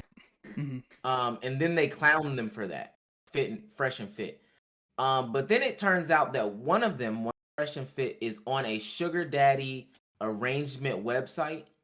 And then also with the women that they have on their podcast. Hold on, now this is where it gets really corny. The women that are on their podcast, they make them have sex with them before they get on their podcast. They say this is the way to get on if you have sex with us. I don't know if that's specifically accurate. Jesus Christ, I don't know if that's accurate, but I think the story is one of the women they had on their show. They wanted, like, the fans wanted her to come back, so the girl reached out to Fresh and Fit and was like, "Yo, the people want to come back. I want to come back. Let's set it up." And then I don't know if I'm pretty sure it's Fit or whatever it is, because one of them goes by Fresh. Let's just say his name is Fit. He said something along the lines of, if you want to come back, you're gonna need to have sex with me because you've been doing it with other men. So why am I an exception? So that was the story. I'm pretty sure. These are pickup artists and alphas that are saying these things. So I just, if we're really talking the L of the week, it's to me, it's not Jay Crowder. Jay Crowder, he was just. It's these two cornball ass niggas who are basically pressuring women to have sex with them, in order to be on the podcast. They also have lost 30,000 subscribers in the last 2 days. Yeah, I didn't even. That's Sage's whole channel, bro. That's Sage. Imagine losing your whole channel subs in a day, bro. I'm being serious, so serious. I was out this motherfucker tagging and shit. I'm on Twitter tagging everything and shit. Fool, I turn my volume back up. I hear we talking about the motherfuckers that was like, yeah, you can't come on here, you can't fuck. Nah, them niggas got that's down bad. That's really down bad. Nigga, hey, nah, look. Do you understand? And I feel like we meant to spin back on this subject before, and we gotta get back on it. Fool. It gotta be something to say if your squad can't check you, because you gotta be able to check the weird shit. Like, you gotta be able to check your boy if he doing some weird ass shit, fool.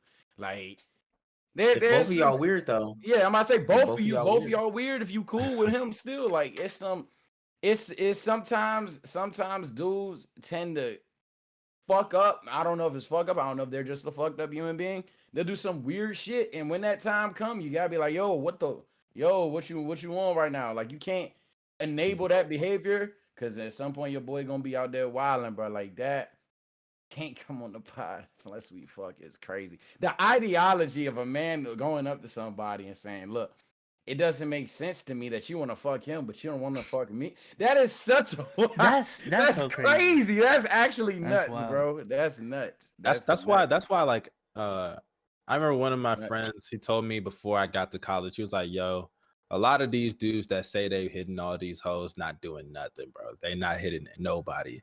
And like that story just proves it. Like, I don't know why people brag about them. Omar was talking about how they ended up disrespecting Abba and Preach, and Abba and Preach exposed them. The reason why the playback video is honestly doing really well was they reacted, aside from the topic being trending, they reacted to Fresh and Fit when they had like 20-30K subs. Essentially Fresh, he had a sit down video talking about how we went to this NBA party. And he was talking about how, like, you know, the key to getting girls is DMing a shit ton of girls, and because it's a numbers game. It's a numbers game. Just hit as many girls on IG as you can. One of them gonna hit out of 1,000. That's all you need. Oh, yeah. Type shit. And then so Fresh and Fit got a hold of that, and they went on their stream and they went at Asian and Low, and they did the exact same thing they're doing with Abba and Preach. The low blows. Like, the whole stream was just fat jokes. It was just fat jokes. Like, it wasn't addressing any of the points Low and Agent made. It was just fat jokes. And they did the same thing with Abba and Preach. They were talking about Abba's wife, how Abba's probably dating like a beluga whale, like word for word. That's what they said. They're disrespecting the country Abba's from. It was a bunch of disrespectful shit. But that's what they do, is when they say some outlandish shit and people attack the ideas they're saying, they go at you in the wrong way, like not even addressing the points that were made.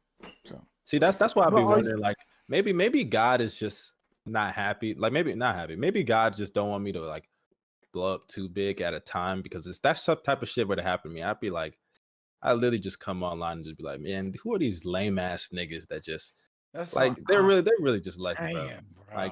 Like they're really lucky. They just be messing with certain people that just don't care enough. And the reason they blown up, because 6 months ago, they, again, when Playback reacted to them like 7-8 months ago, whatever it was, they had 30K, and right now they're at 400K. So they've grown exponentially, largely due to these live streams they have where they get women on and have these conversations. Kevin Samuels has hopped on their pod as well. Academics has hopped on their pod as well.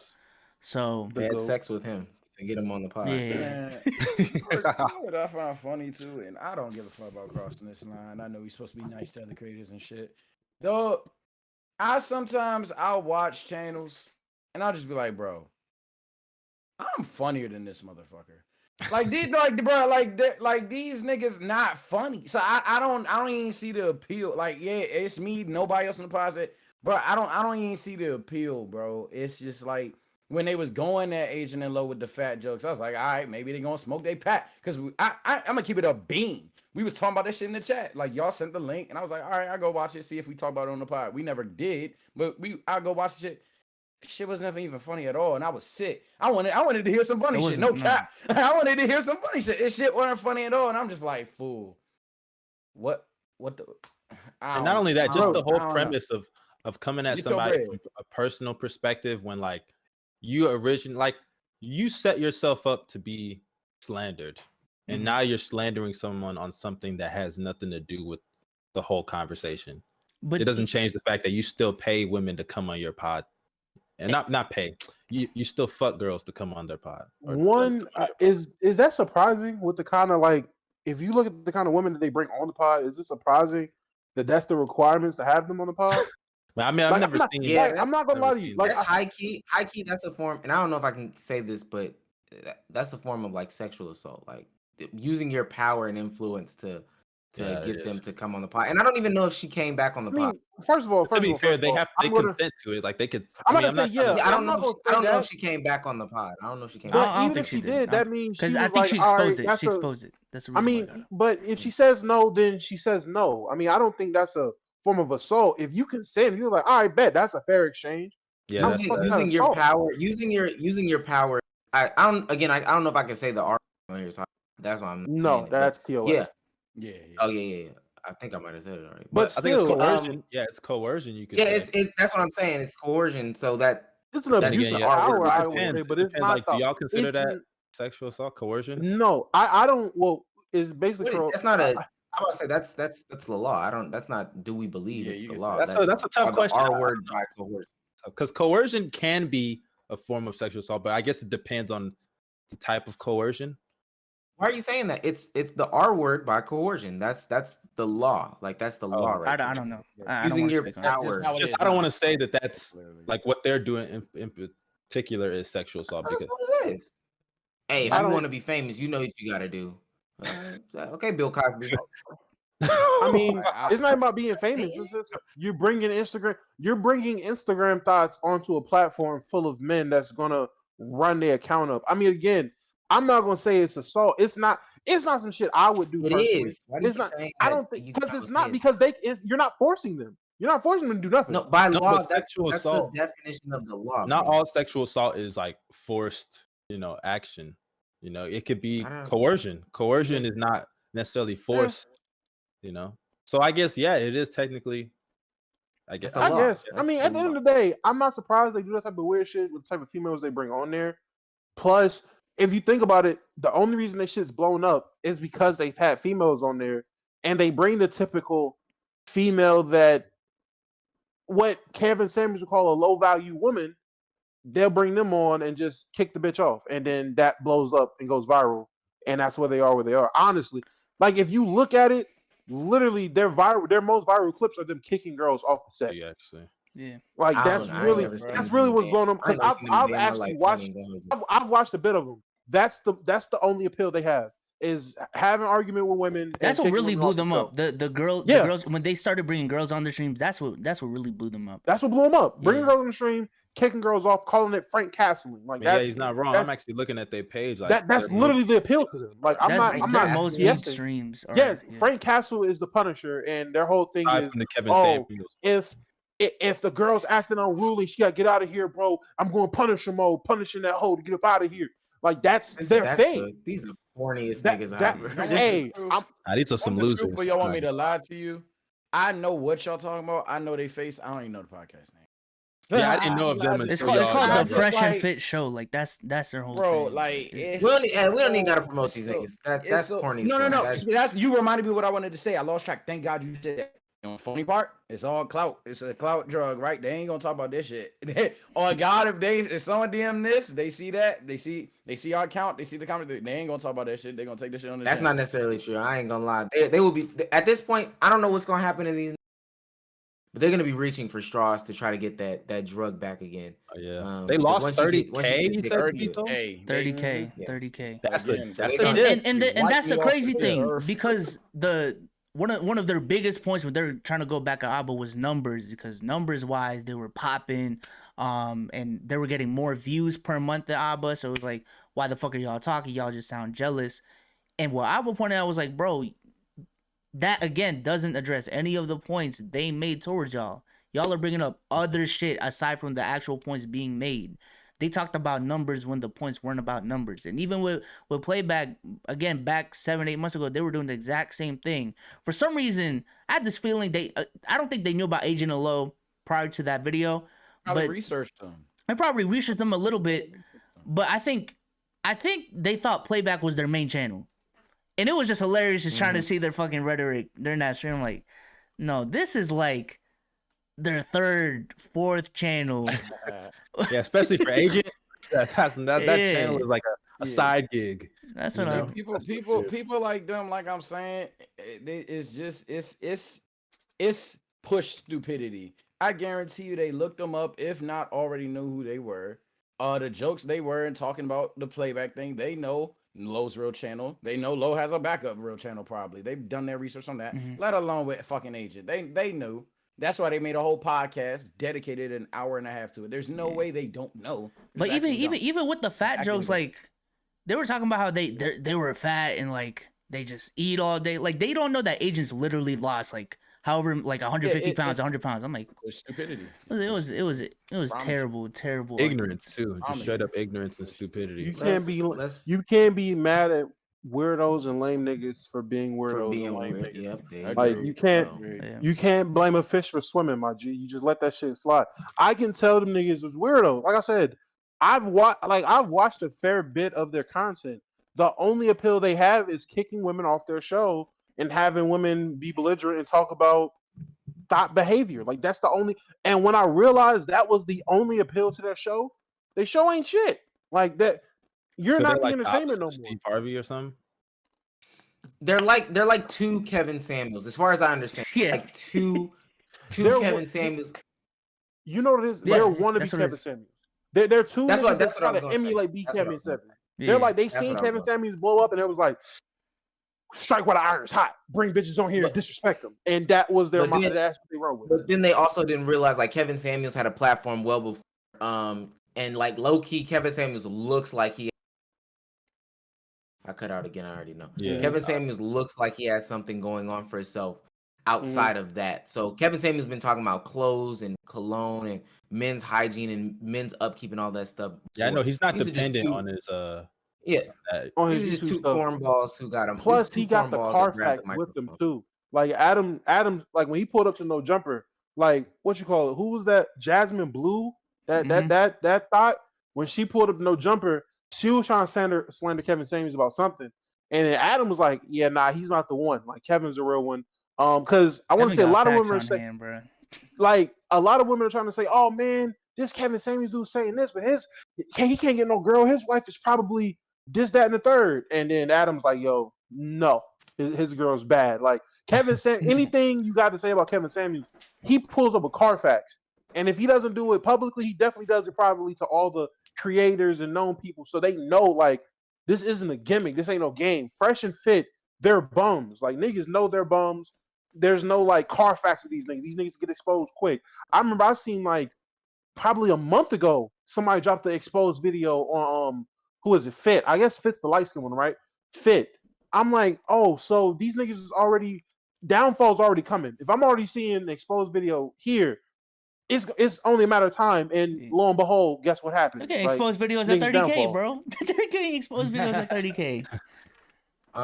Real quick, because we're pretty much at the end. I just wanted, if anybody has any thoughts, a lot of stuff is going on from a basketball storytelling perspective.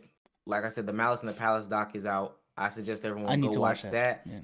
And listen to the Jermaine O'Neal. It's on Netflix, ain't it? I think it's on Netflix. I believe Netflix. Yeah. Okay. It's the Malice in the Palace doc, and then the accompanying podcast that Jermaine O'Neal did with All the Smoke. That's a good watch. But with that also being said, Draymond Green and Kevin Durant just had an interview. And the gist of it was debunking some of the rumors about the Clippers game argument fiasco. But interestingly enough, both of them went out of their way to call out the Warriors organization. Kevin Durant, of course, being a former player, and Draymond Green being a current player of the Warriors. So, did anybody get a chance to watch that just yet, I or is didn't it even too know soon it to talk happened. about? I haven't seen the I full saw interview, but I I've saw seen it on my clips. homepage. I saw it on my You homepage. I breaking news saw to that me they right had now. an interview, and I literally didn't care. And now I feel like casual because you're breaking news to me right now, bro. But I I can't would, believe I would, I would. they both Go said ahead. something about the organization. I would encourage you to watch it because ultimately, long story less long, and not, and this is a short gist because I don't want to spoil it for anybody that didn't watch it just yet. No matter how much we think the organization does X, Y, and player, cares for a player, or we would like to blame a player for this, like specific things, sometimes, most of the time, 90% of the time, it goes back to the organization. And their whole thing was like, yeah, we both didn't. Nobody liked how they handled that situation. And then it Wait, created who this handled it? rift between, Who handled? huh? You cut out You again. The cut out. organization handled it. Okay. How the Mhm. organization handled the situation, and then it ultimately created a rift between Kevin and the organization, which pushed him out of the door. So nothing about Steph, nothing about Draymond. I know My boy Double D, you cut out. what the That's why I said my boy Double D over you was out. Yeah, Double D put a what's it called? Ultimately, the organization created the rift. There was no Steph, there was no Clay. There the ideal of like Kevin Durant wanting to be the best player or whatever and all that. He said all that was below, like literally the organization showing him that, hey, you're probably not in our best interest, was like, yeah, okay, it's time to go type shit. So Yeah, all it in goes all, back. fuck organization. It goes back to and I don't know if y'all remember, but y'all remember that time they were doing the parade. I think it was for their first title. And they were talking about Steph's new contract and KD's new contract or something like that. Oh, And they were like, I "Oh, know. Steph earned his contract." Yeah, he's like, "Oh, Steph earned his contract. He's been here from the beginning. KD still has to prove he can get it." And it was a joke, but apparently KD took offense to that. And like, I think it all goes back to that because like with KD, I think it was like at first he could deal with the media saying it. He could deal with fans online. Well, I guess he couldn't really deal with fans online saying it, but like he could manage fans online saying it. He could tolerate that while having his burners. And then he could also, but then when his teammates said, or excuse me, when the front office said it, because I think it was Bob Myers that said it, he was like, okay, why would you say that? And then Draymond says, we don't need you. And then he called him the B word. It's like, wow, my own teammate feels like that. And I'm not going to lie, this is a theory of mine. But I know Steph, Clay, and Draymond are definitely looking at KD. Even when he came, they're like, that was a bitch move. They know that was a coward move to go to the Warriors. They know, they're not dumb. I'm just saying. I feel like they know that. Why would you? What are you talking about? For Kevin Durant to go to the Warriors? Yeah, they know that. They know that was a coward move. They know that. Draymond called them. What are you talking about? No, but Draymond in the moment of the Clippers series, didn't he? Next series, but in the Clippers game, didn't he say, "We don't need you. We won without you"? Right, but what I'm saying to you is after the Warriors lost in the finals to the Cavs, Draymond called Kevin Durant. It wasn't like Kevin went out seeking this. But the thing is that's just. Oh, yeah, that's true. I understand that. I get that, but like that still doesn't take away from the fact that when they argued after they won all those championships or 2 back to back, right? He still like said, "We don't need you." Like even if he didn't mean that, and he just said that like out of anger or whatever, right? Mhm. Like in the moment, like when he said that, like that, KD was already having that built up in his head from everybody, and then his own teammate, one of his close friends, says that to him. The enemy of my enemy is my friend. I'm actually with Omar there. I can't go that route because in that case, Steph, Clay, and Draymond know they some bitches. So that would make honestly that would make us more bitches. Yeah, because we called you. Time out. No, Draymond called KD, and then they went to KD's apartment. We need you. And we as a team. He said we he didn't say I don't need you. No. He didn't say we need you. He didn't say we. That's not what he called KD and was like, "Hey man, look. The enemy of my enemy is my friend. That's it. You can't beat us, and you want a ring. You want your shot at LeBron. That's not what he said. That's not what he said. He didn't say we need you. What did he say then? Yes, no. That's what he literally said. And then they got together. All 5 of them, well, all 4 of them, I think, all four of them, Clay, Draymond, Iguodala, and Curry, they went to go see KD in the Hamptons, and that's when they made the deal. Try to get him to come to. Yeah, no, that's sweet. That would make them look sweet. I don't think it's them bitches too. I can't. Yeah, that would make them. I don't even think. Again, I think this is and this is my problem with the whole Kevin Durant thing. Speaking out. This is why I don't believe players should speak out. It's because of niggas like Mustard. I ain't gonna lie. There's no reason. What did I do? Listen. He's coming out. And he's telling the truth.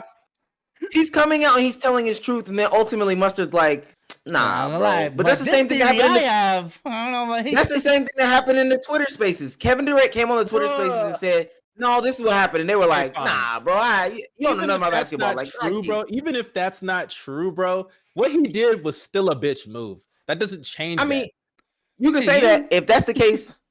One to you, and two, say they're all bitches. Say all. No, that's not the same, bro. That's. How is it not the same? Why is it when it comes to KD and people that defend KD, it's like y'all don't understand? No, Mustard. I got you. So you said that so we all agree, except Dom. Dom has a different story, but we all agree Draymond called KD saying we need you, right?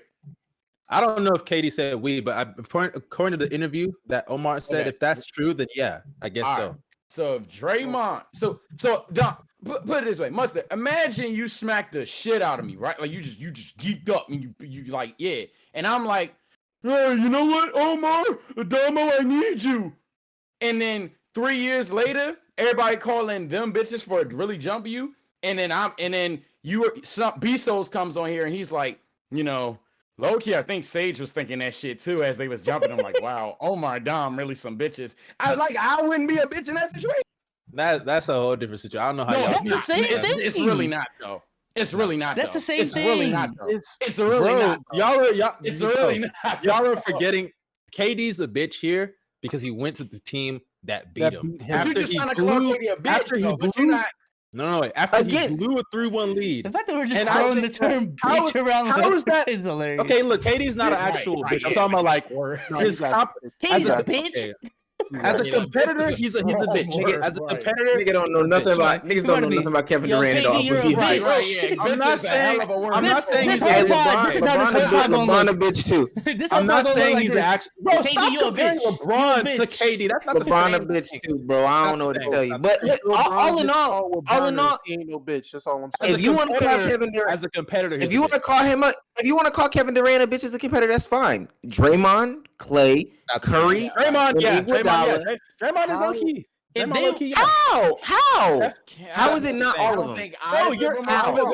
With Steph, Clay, I feel like with Steph. How does Steph dick taste? Like, no funny shit. How does it taste? I want all them. Bro, y'all are forcing, bro. How did you know?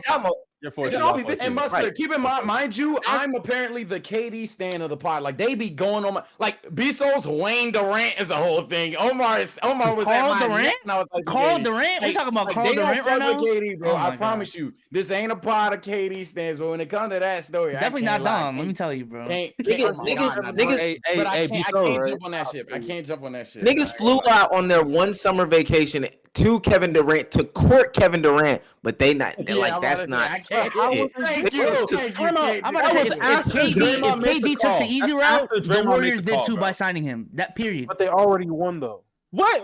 Why do y'all try to find ways to justify this bullshit, bro? Like, stop trying to find ways around it. Like, the nigga did some fucked up shit. I never said I was justifying it. I don't understand why you keep saying that. I don't understand why you're I'm not justifying it. I'm just saying Steph is a bitch or anything. Steph has already won without KD. He had nothing. He gonna say he's a bigger bitch. He gonna say KD's a bigger bitch. Nothing to prove. Okay, what about this? One thing before you go down. With KD doesn't make him a bitch because he's already proved that he can win without KD. KD hasn't proven anything. If you're saying KD's a bitch, he already beat the nigga. So he's like, hey, come join me, let's win. That's not being a bitch. That's trying to win more. If you're saying KD's a bitch because he took the easy way easy way out. You were also saying the Warriors are a bitch because they also took the easy way out. That's not what I said. I said, first of all, like you're talking about the organization or everybody under the Warriors? The players.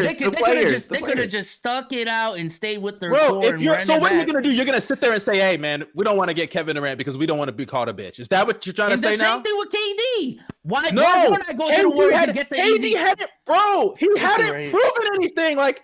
How what did the Warriors prove? Timothy Mozgov and J.R. Smith? Come on, bro. What the Warriors prove?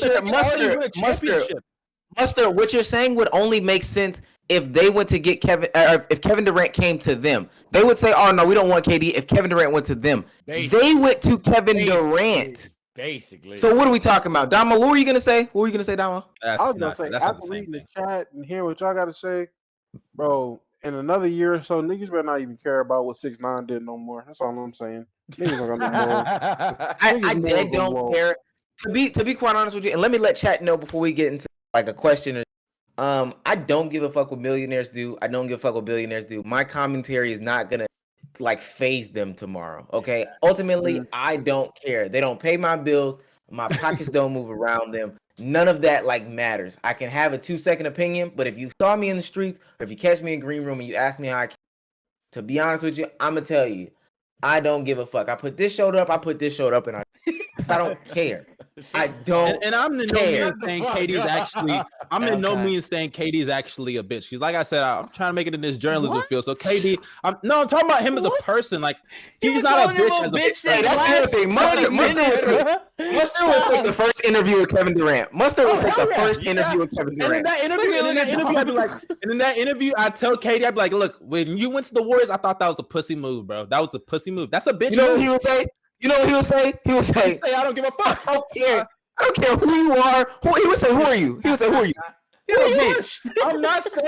I'm not saying KD's actually a bitch. I just wanted you to know, bro. You're a bitch, bro. That's what. Hey, listen. I honestly, at the end of his career, I wonder if it would make y'all feel better. Would it make y'all feel better if Kevin Durant stood there and let y'all say you're a bitch? Would y'all get over it then? Bro, probably not. That's like some weirdo shit. I'm not even walking up to KD shaking and calling him a bitch is hilarious. I'm not even that mad at bro because at the end of the day, he helped my favorite player. He helped my favorite player get 2 rings. So I'm not even that mad at him, bro.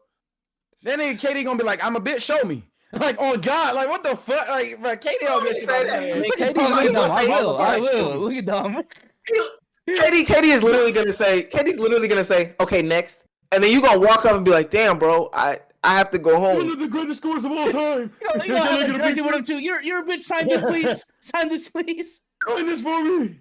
Okay. Can I take a pic? You're a bitch, though. You're a bitch, though. Suck Steph's dick. Niggas ready to suck Steph booked all them flights to the Hamptons. Money. I promise. Bro, I'm not even really that mad about the situation because at the end of the day, rings are rings. I'm not like people like Dom that are gonna take away his championships. He deserved those rings. But to sit there and say that move was not a bitch move, bro. Like, how can you say that it's not? Because I don't. Wait. No, nobody said that. 2, I don't care to call any move that another grown man does. I would never tell somebody that left Kroger to work at Publix, yo, bro, that's a bitch move. I ain't gonna lie. I don't care. Especially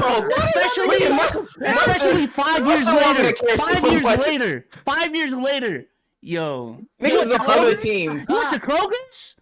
You're a bitch, bro. You're a bitch. Niggas want us to care so bad about other men, bro. Y'all got it tonight, bro. What the fuck? These niggas trying to equate situations that have nothing to do with each other, bro.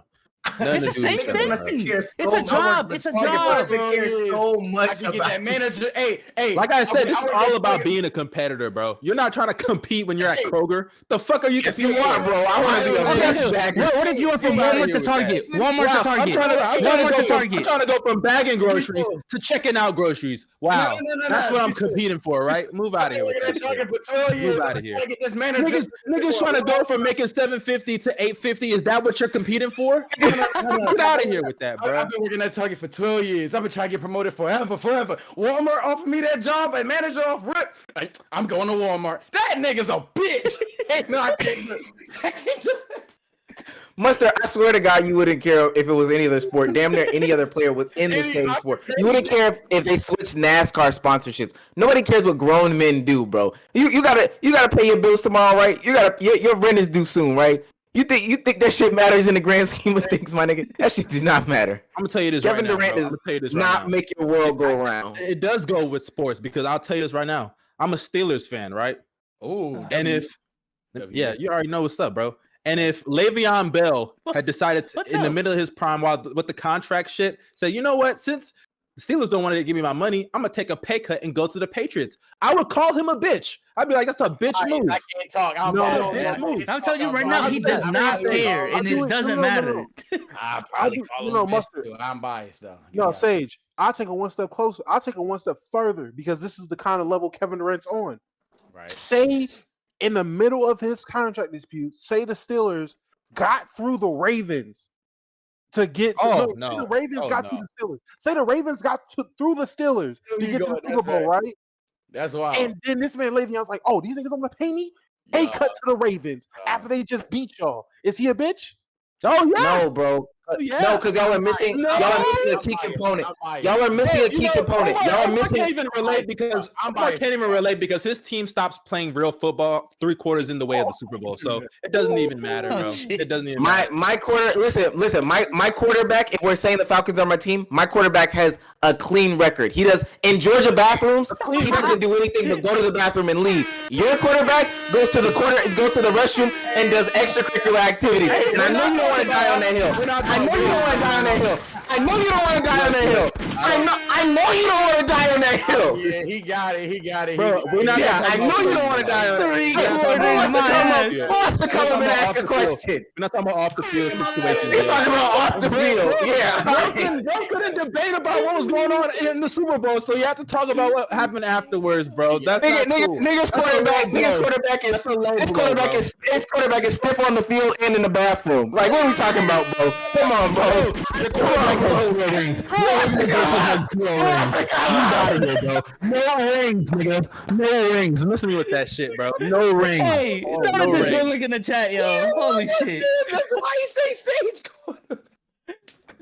I've never heard this ear rape on the spot, bro. I knew that was gonna get him tight, and I knew he was going to win. I'm not even gonna lie. I shouldn't have even mentioned I was a Steelers fan because niggas always quick to bring up bro off the field. And hey, he a piece of shit as a person. I'm not gonna lie, but come on, bro. It's like being a Jazz fan. No, bro. No. It's like being a Jazz fan. I'm never gonna defend R. Kelly, bro. I'm never defending R. Kelly. Like, yo, his music is no, bro.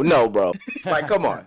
I don't even fuck with Ben. What you want me to do, bro? Not root for the Steelers anymore? Not be happy to That's what Omar wants you to do. That's what Omar wants you to do, bro. I'm sorry, I can't do that, bro. I can't forget the Troy Polamalu days, bro. I can't do that, bro. I can't forget. Niggas went out of his way to come to a Georgia bathroom just to do it. Like, come on, that's a menace, bro. Niggas have no relations in Georgia, like no connection. All I know to Georgia. Is y'all gave Tom Brady a free reign because y'all gave up in the 4th quarter. So move out of here with that shit, bro. Do you want me to say something behind that, or do we want to get somebody else? No, let's just move on, bro. Let's just move on. Yeah, all right. Come up, people. Hey, that was funny. Shout out to the 133 in the chat, bro. Yes, sir. This is ended to the season. That was funny. Holy shit. That was wild. That was wild. TikToks. There's always a Ben Roethlisberger joke whenever I say I'm a Steelers fan. It's being a Jazz fan. It's like being a Jazz fan, bro. Like, it's not Jazz fan. Jazz, the Utah Jazz. Motherfuckers are gonna bring up Carmelo, bro. Like, I'm not gonna lie to you. I don't know how. First of all, I don't know that many Jazz fans today, but yeah, I was gonna say how many. Bobo, shout out Bobo. When people's on locker room and green room, I promise you, when Bobo, the only Jazz fan I know, it takes a minute for Karl Malone to be brought up arguing about the Jazz. Yeah, people talk about even spends time talking about the Jazz. People talk about the fans. It takes a minute before you bring up. Didn't he get 13-year-old pregnant? Like that's a while before you get that one caught up. Like, people don't just, if you got somebody jumping straight to Karl Malone, they watch basketball in the 90s. Yeah, that's an old man arguing about basketball. And it's crazy because I remember oh shit, somebody. No, you good. I remember when I recently, and this is a little off topic, but it has to do with Karl Malone. But I remember when I recently made my top 10 power forwards ever. Like, people were mad at me because I didn't spend time talking about how good Karl Malone was. I was like, he's number 5. Let's move on. He's a pedophile. Whatever. And people were like, how dare you, bro? Like, he should be higher. Are you just saying it because I'm like, no, he's in my top 5 power forwards, bro. It's not really that big of a deal that he's not over certain guys. because I said he's a pedophile, that y'all are mad that like he's not as high as you think he is. Like, why y'all sitting here defending this loser? You know, but I'll be saying the same thing about Kobe. I ain't even gonna cap. CMB. oh CMB, what's going on? Oh my god! All right. So, in honor of Vegeta taking another fucking L in the manga, what is your favorite Vegeta just L? come up here and spoil, but continue. He took another L. You didn't know Vegeta got waxed? It's not I mean, really he a gets waxed spoiler. anyway, so that's why it's not that much of a spoiler. But yeah. continue, but continue. my favorite Vegeta L, bro. I ain't gonna lie. This one kind of did something to me, bro. But like when he got his arm broken by Android 18, that's when like I knew this nigga was gonna be a loser for the rest of the show. Cause like He got the biggest dub before that. He got the I know he got a huge dub right before that. And like he kept suffering another L because I remember he literally let Cell transform to final form just to get his ass whooped. And then I remember because he took like 4 or 5 L's in a row in that series. He got his arm broke by Android 18. He got beat up by Final Form Cell. I remember when he tried to defend Trunks and then he got whooped by Cell again. I was like, bro, this nigga just can't stop taking L's, bro. Can't stop. Vegeta's so overrated, bro. Oh my god. He literally goes into the main villain. It's like, yeah, I got the power ups now. You know what I'm saying? Gets his ass beat. Goku surpasses him and actually beats the villain. That's what he does. But you're not getting it though. That's the point of his character. His character is prideful. He's ass. His character. His character's ass. He has to be humbled, bro. He has to be humbled, bro. He just has to be humbled. That's just the point of his character. I know. He's ass. He's the Prince of Saiyans. He walked into the show. Yeah, he's ass. Prince of Saiyans. He's the Steph Curry of Dragon Ball Z. Yeah. No. He's the game of Dragon Ball Z. He's game. He's game. A ton of people love him, but the nigga's a loser.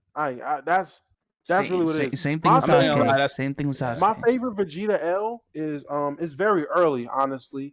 On his pursuit of the Dragon Ball. The one that my man was waiting for that. He was waiting. On his pursuit for the Dragon Ball, my man thought he was a Super Saiyan. And he was gonna pull up on Cell. I'm not Cell, but he was gonna pull up on Frieza, thinking he was a Super Saiyan. He was the chosen one. I remember that. That nigga thought he was him. He thought he was him. Bro. Just to see Goku pull up and be the actual Super Saiyan and win. That was my favorite video. That nigga had Krillin shoot him through the chest to abuse a Zenkai. Got his ass whooped. That's crazy. That shit is crazy. Bro. And it's crazy because in the moment, like, because before anyone even knew what a Super Saiyan was, right? You were skeptical when he said, "Oh, I'm a Super Saiyan." You were like, "What?" Like, okay, maybe when they fight. But then when he started fighting him, and Frieza started dodging his attacks, like, "Oh shit, well, I guess this nigga's not a Super Saiyan."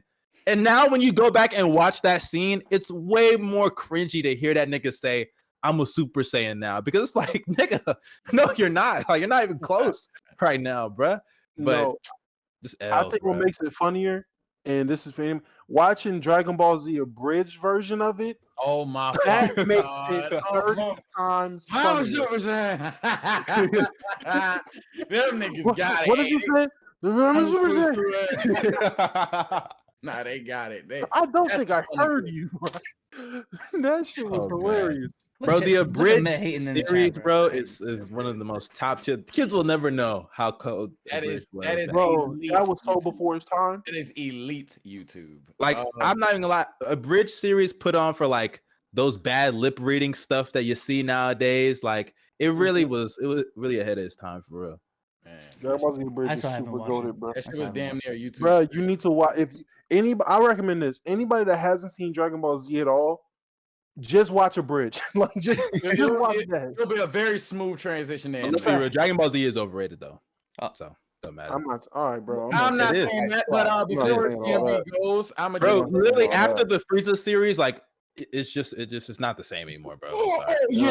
Before CMB go, because what the fuck? I'ma just say the ass whooping that the Ginyu Force gave him because he knew he was gonna get his ass whooped.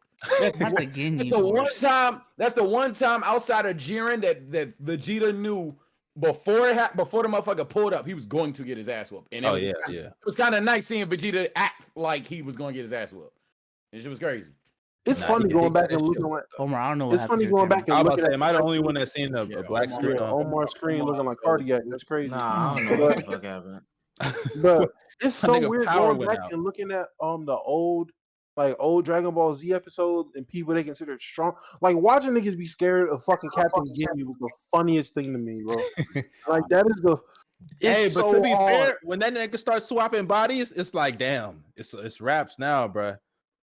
Raps my ass, bro. I tell you, man. When was the last time anyone's ever fucking cared? When has anyone ever used body swap? No, but in the moment, bro. In the moment, bro. Don't act like when that nigga swapped bodies with Goku. In that moment, you were like, "Oh shit!" Like it's a rap now, bro. In the moment, you didn't think that, fucking character. I was never afraid, bro. What the fuck, bro? Y'all don't never feed into storylines, bro. Y'all don't ever feed into storylines. Y'all just have these preconceived notions. Niggas gonna win. I ain't a sheep, mustard. I ain't a sheep. Did you think Goku was gonna win when he faced Cell? Yes. No. But guess what? He did it. Did he? Nope. Exactly, nigga. Oh, but then did he willingly give up though? Then he was like, but he knew he was gonna lose because he knew he was gonna lose. Yeah, he wanted Gohan to. Oh my god, he wanted Gohan because he that knew. motherfucker was so confident. He's like, "Yo, Bronny, take this one, bro. Take this one." Bro. That's like Bron going 1-on-1. That's not the same, bro. It's literally the same. It's literally the same. Bro, it's not the same because Gohan was already a Super Saiyan. Gohan, that's like if Bronny was in the league already, bro. That's not the same, bro. It's not the same. And besides, we all knew Gohan was gonna be stronger than these niggas eventually. We all knew until that nigga decided to go to school and be a bitch. That's what we knew. That's why I said Goku's story is underrated because he's been looking for a successor ever since he turned Super Saiyan. He was looking for a successor. But no. It wasn't even because it wasn't Gohan's fault. It was the fucking fans' fault. Goku was supposed to be dead and written off, and Gohan was supposed to be the successor. But back then, niggas was bitching and complaining because Goku, the same way niggas bitched about Family Guy when Brian died. It's the same exact shit. The same way niggas bitched about Weren't they rioting and stuff when Brian died? When Brian died, niggas. That's wild. LeBron left Cleveland the way niggas started over a dog, a fictional dog. Niggas is riding, breaking down cars and shit. Like, bro, that's literally the same shit. So what you call it? The what Toriyama? Is that his name? Akira Toriyama. Yeah, him. Nigga was like, bro, if niggas about to bitch, fuck it, rewrite this shit, bring Goku back. Now you have to downgrade Gohan because you can't have 2 overpowered Saiyans walking around. Well, 3 really if you're gonna keep Vegeta. He already didn't want to keep Vegeta, but guess what? Niggas wanted to keep Vegeta, so now Vegeta gotta get beat up every time because he don't like Vegeta. Mans was like, all right, y'all want to keep Goku. Now Gohan has to be a goddamn lame little fucking Mr. What was that wrestler name? That's what I always thought Gohan was. Hurricane? I remember the Great Sandman reminded me of Hurricane from WWE. Yeah, I remember the Hurricane. That's what the Great Sandman reminded me of. I'm like, bro, they done made this nigga the Hurricane. They had to downgrade him for Goku. Bro, they had to nerf this dude so bad, bro. I was so angry watching that shit, bro. So angry. I was like, why is this nigga dressing up like a superhero? Yo, CMB, appreciate the question, bro. Appreciate it. Yeah. Do we have time for one more? Yeah, we can bring up OG Cool Bro, man. You know what I'm saying? Patreon. The coolest of bro. Patreon, Cool Bro. The greatest patron of all time. It's crazy you talk about wrestling. This nigga got Becky Lynch on this shit. What up, Cool Bro? What up? Hey, last I heard, she got pregnant, right?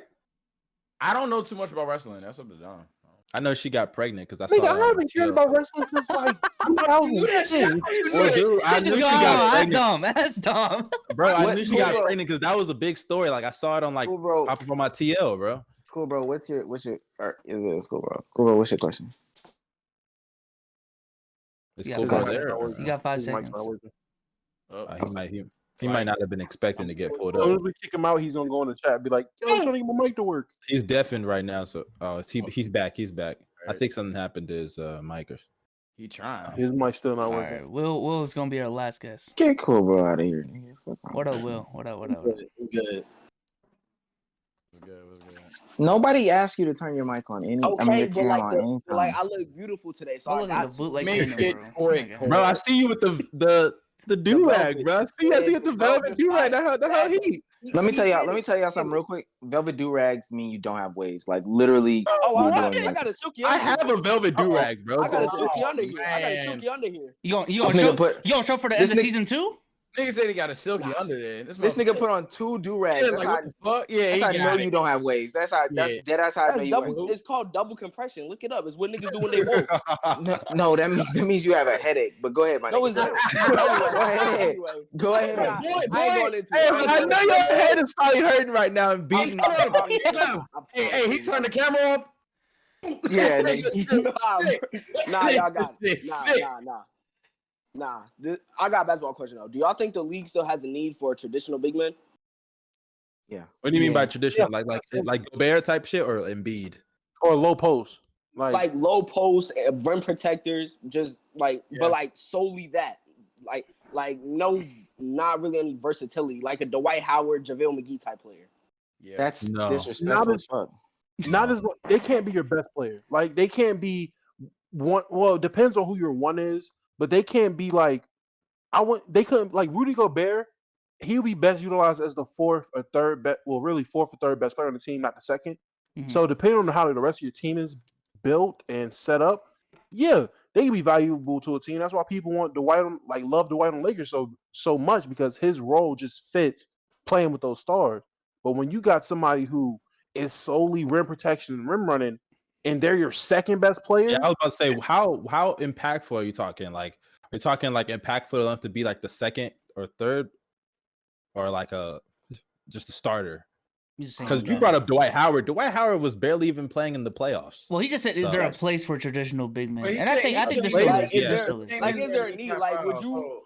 Because even the guys that you would consider traditional outside of Gobert, I would probably say the traditional guys are like Embiid, and Embiid still does stuff that like you don't really see from the traditional big. He can shoot the 3 ball. He can even do step backs. He has nice little handles for a big. He can take the bigs off the dribble. He can defend the perimeter. You know, so like, even with Gobert, like as much shit as we give him, Gobert is still getting DPOIs almost every single year. That has to matter at some point. So that means that there's a place for big men like Rudy Gobert. But how many Goberts do you really see that successful, you know?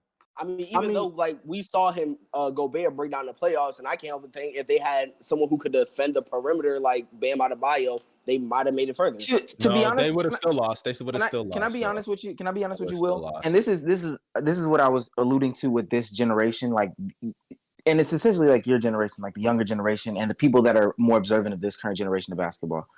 What you guys relate to with good basketball or whatever the case may be is an anomaly. It's still anomaly basketball, and you're still really only hanging on to about 3 years, three to 4 years. Because the Warriors had about a 3 to 4 year stretch as compared to 75 plus years of the NBA. Yeah. I could be wrong on that number.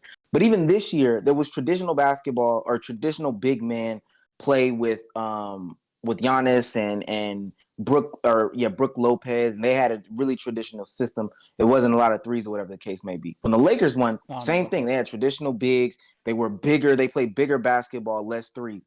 And then if you skip those 3 to 4 years where we're talking about the Warriors, that's been the case pretty much throughout the entirety of basketball. So when you come with a question like, is there still a need for traditional bigs in basketball? There's only been really one team that's been successful without having a quote unquote traditional big. And then I would even go to argue that Andrew Bogut, who played a big role on the Warriors, was a traditional big. Yeah. So I don't even like when people get to, because we're living this dumb overcritical era of stuff where they take these anomalies. It looks appealing, I guess so. But ultimately, that's still an outlier versus what's actually true in basketball. It'll get there. It'll get there every single year. It gets proven right. Saying, Omar, but like even like some of the examples you're bringing up, like I think the question, I don't know which. Correct me if I'm misquoting you here or misrepresenting your question, I should say. But like I think what he meant is like depending on the role, because like you're bringing up bigs that like essentially, they're not like those are bigs. They played a really valuable role, but they're not the first, second, or third best players. Like Dwight Howard, like I said, he barely played in the playoffs. Like when you're talking about the first, second, or third option, like when's the last time we've seen a big as the first, second best player on the championship team? Like it really has been a while since we've seen that. Dirk, you have to probably go back to Dirk and Giannis. Even the big man you're referencing, Giannis does not play. Giannis and Brook Lopez do not play like traditional bigs. Giannis handles the ball and brings it up the court, play makes, like coming down the court and everything. One, I didn't take that as the question, but you would go back to like Tim Duncan in the last years of them winning in the Spurs series. But again, I didn't think that was the question. You brought up having a Bam Adebayo as your big man, but to be quite honest with you, Bam Adebayo and teams with Bam Adebayo haven't done or won shit. So in that sense, like, what are we really talking about? Having him on your team. I want to say Bam Adebayo. Well, no, go ahead, Sage. Go ahead.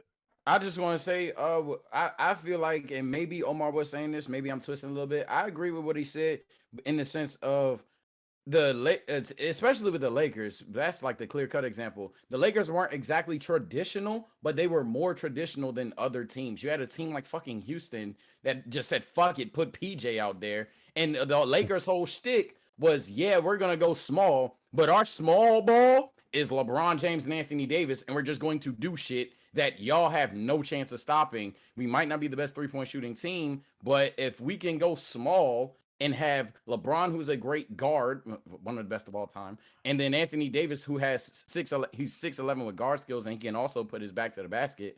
I think having that tradition will always carry you to a championship. You could go to even with 2019, y'all not gonna want to hear it, and this is gonna where y'all gonna boo me or whatever. But guys like Gasol and Ibaka over there. Bogut, I love. That's why I was nodding my head heavy when he brought up Bogut. You go back even further and further. It's been like that forever, in my opinion. But I guess. But I mean, I guess my thing would be in the NBA now.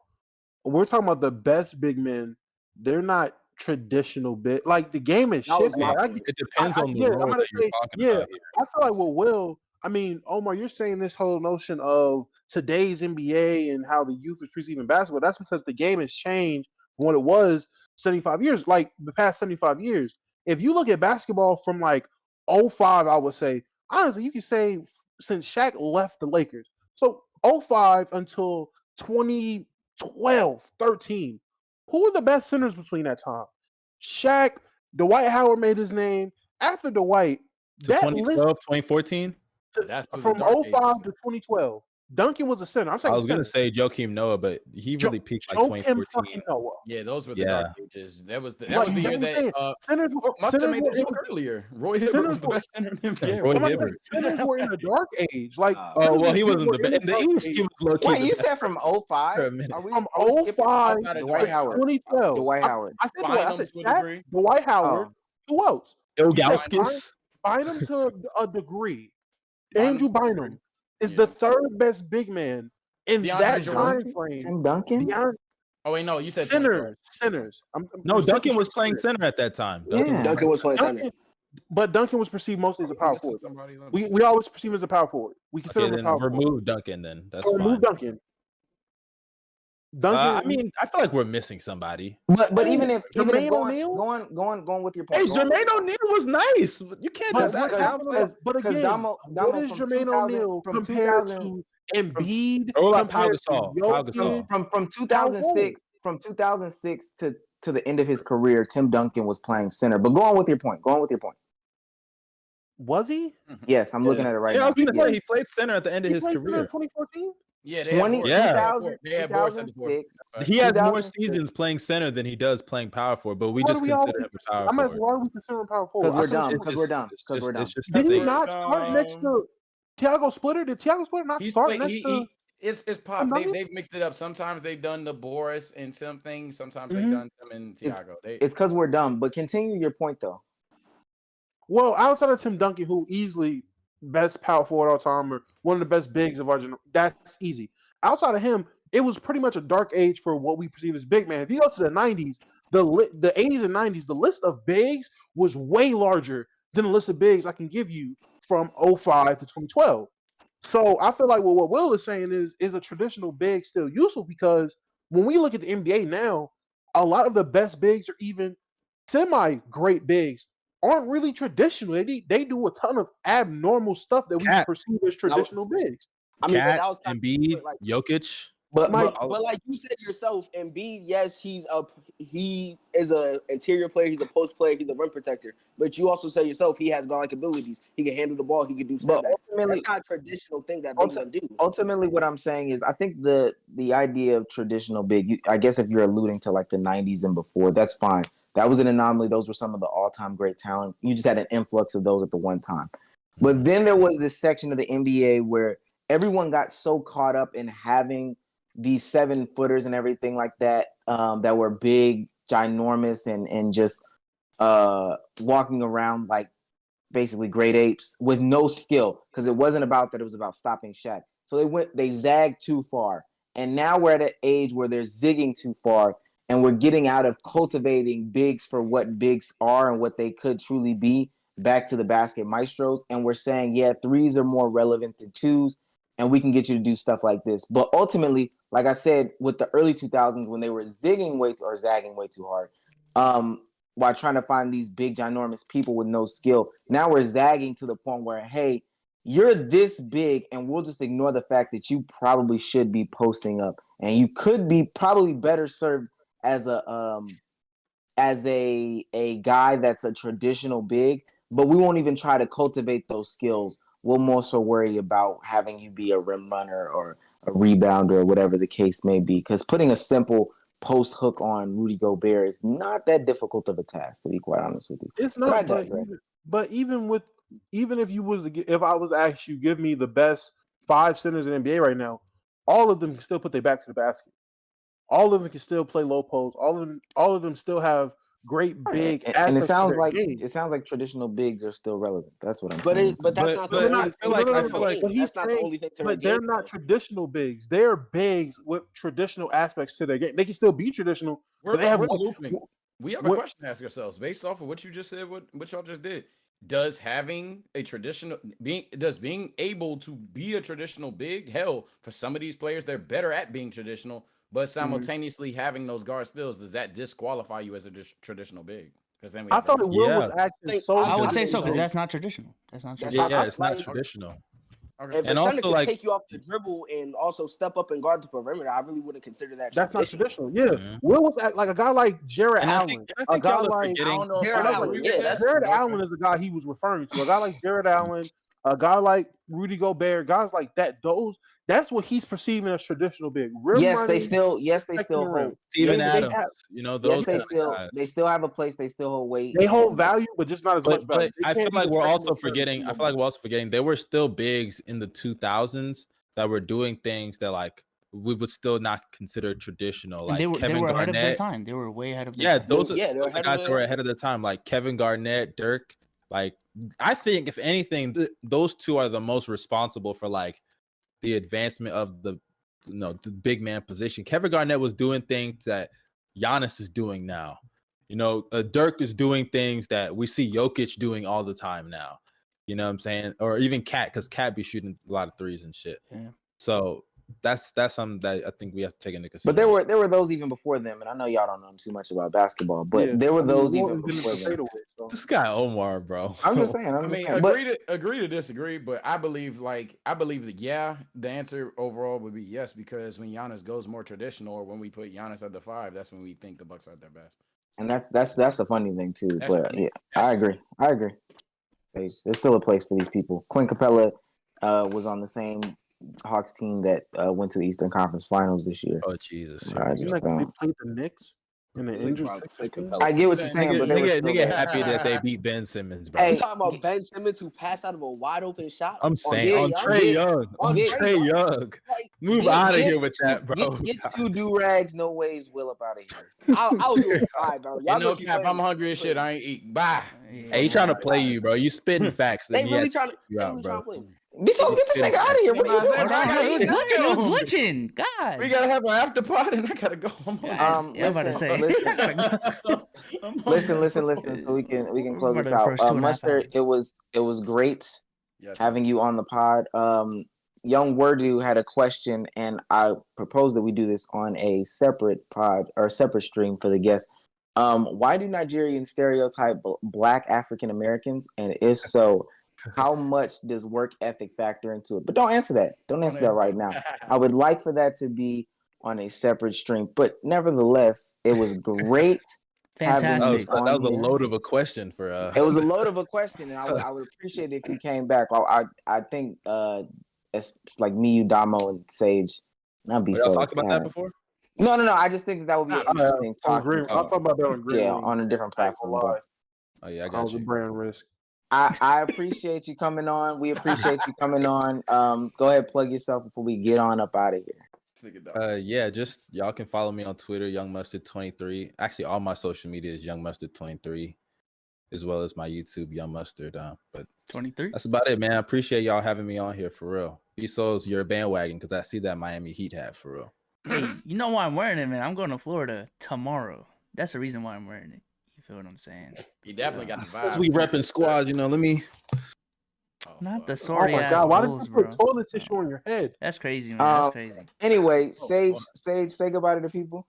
All right, man. Hey, follow me on YouTube, Twitch, Twitter, or whatever. TS_Sage. Attitude 3 for the IG. I'm gonna fuck with y'all later. I just want to say, Mustard, personally, bro. It's one of the funnier pods. Me personally, one of the funnier pods we had in a minute. Bro. Appreciate you on here, brother. Appreciate it, bro. Appreciate it. It's a good time. Damo. All right, Chad, it's been your mom for midnight snack, and we will be back whenever we be back. Mustard, as always, has been fun. Don't think just because y'all got to go Lonzo, I'm gonna support you bum ass niggas. But yeah, I like Lonzo. B-Souls, go ahead, let him know. All right, man. Appreciate y'all for coming on, man. Another episode of Let's Keep It a Buck. The season finale of season 2. Young Mustard, our first guest. Also finished with our last guest. First pod with the new layout. Hope y'all really fuck with it. The links are up there. QR codes. You feel what I'm saying? Just get your camera app. Scan them. Scan them. Hey, what does QR stand for, Omar?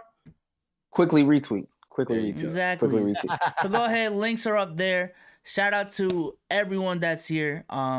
All the support throughout season 2, I would say a very successful season with the new additions we made. You know what I'm saying? We got Shaq and Kobe now. We're unstoppable. As long as I'm Shaq. Hey, Sage, be Kobe. Accept it. One last thing. We're also gonna go on a break. I'll be Ricky. Ricky. All right, then I'll be Phil. I'll be Derek Fisher. I'm fine being Derek Fisher. Super Fisher. Go ahead. We're gonna be going on a break. That's the reason why we said this is a season finale. We will be back not this Sunday, not next Wednesday, but the Sunday after that. We just need a refresh. You know what I'm saying? A break. So a lot of us are going. Mental health, man. We're actually I think me, Omar, and Sage are going back to school right in the fall. Y'all on y'all Simone Biles shit. And Dom's a busy man, so press out the advisor. Yeah, Family Guy Damo, bro. Yeah, Family Guy Damo. So never be too shy to fight for your grade. Swear to God, I had to fight for that shit. No, seriously, I would have failed. Now I got 85. Fight for your grade, bro. Yeah, keep it going. That's pretty much that being said. Well, that's true too. With that being said, happy early birthday to me. And I will see you all when we get back.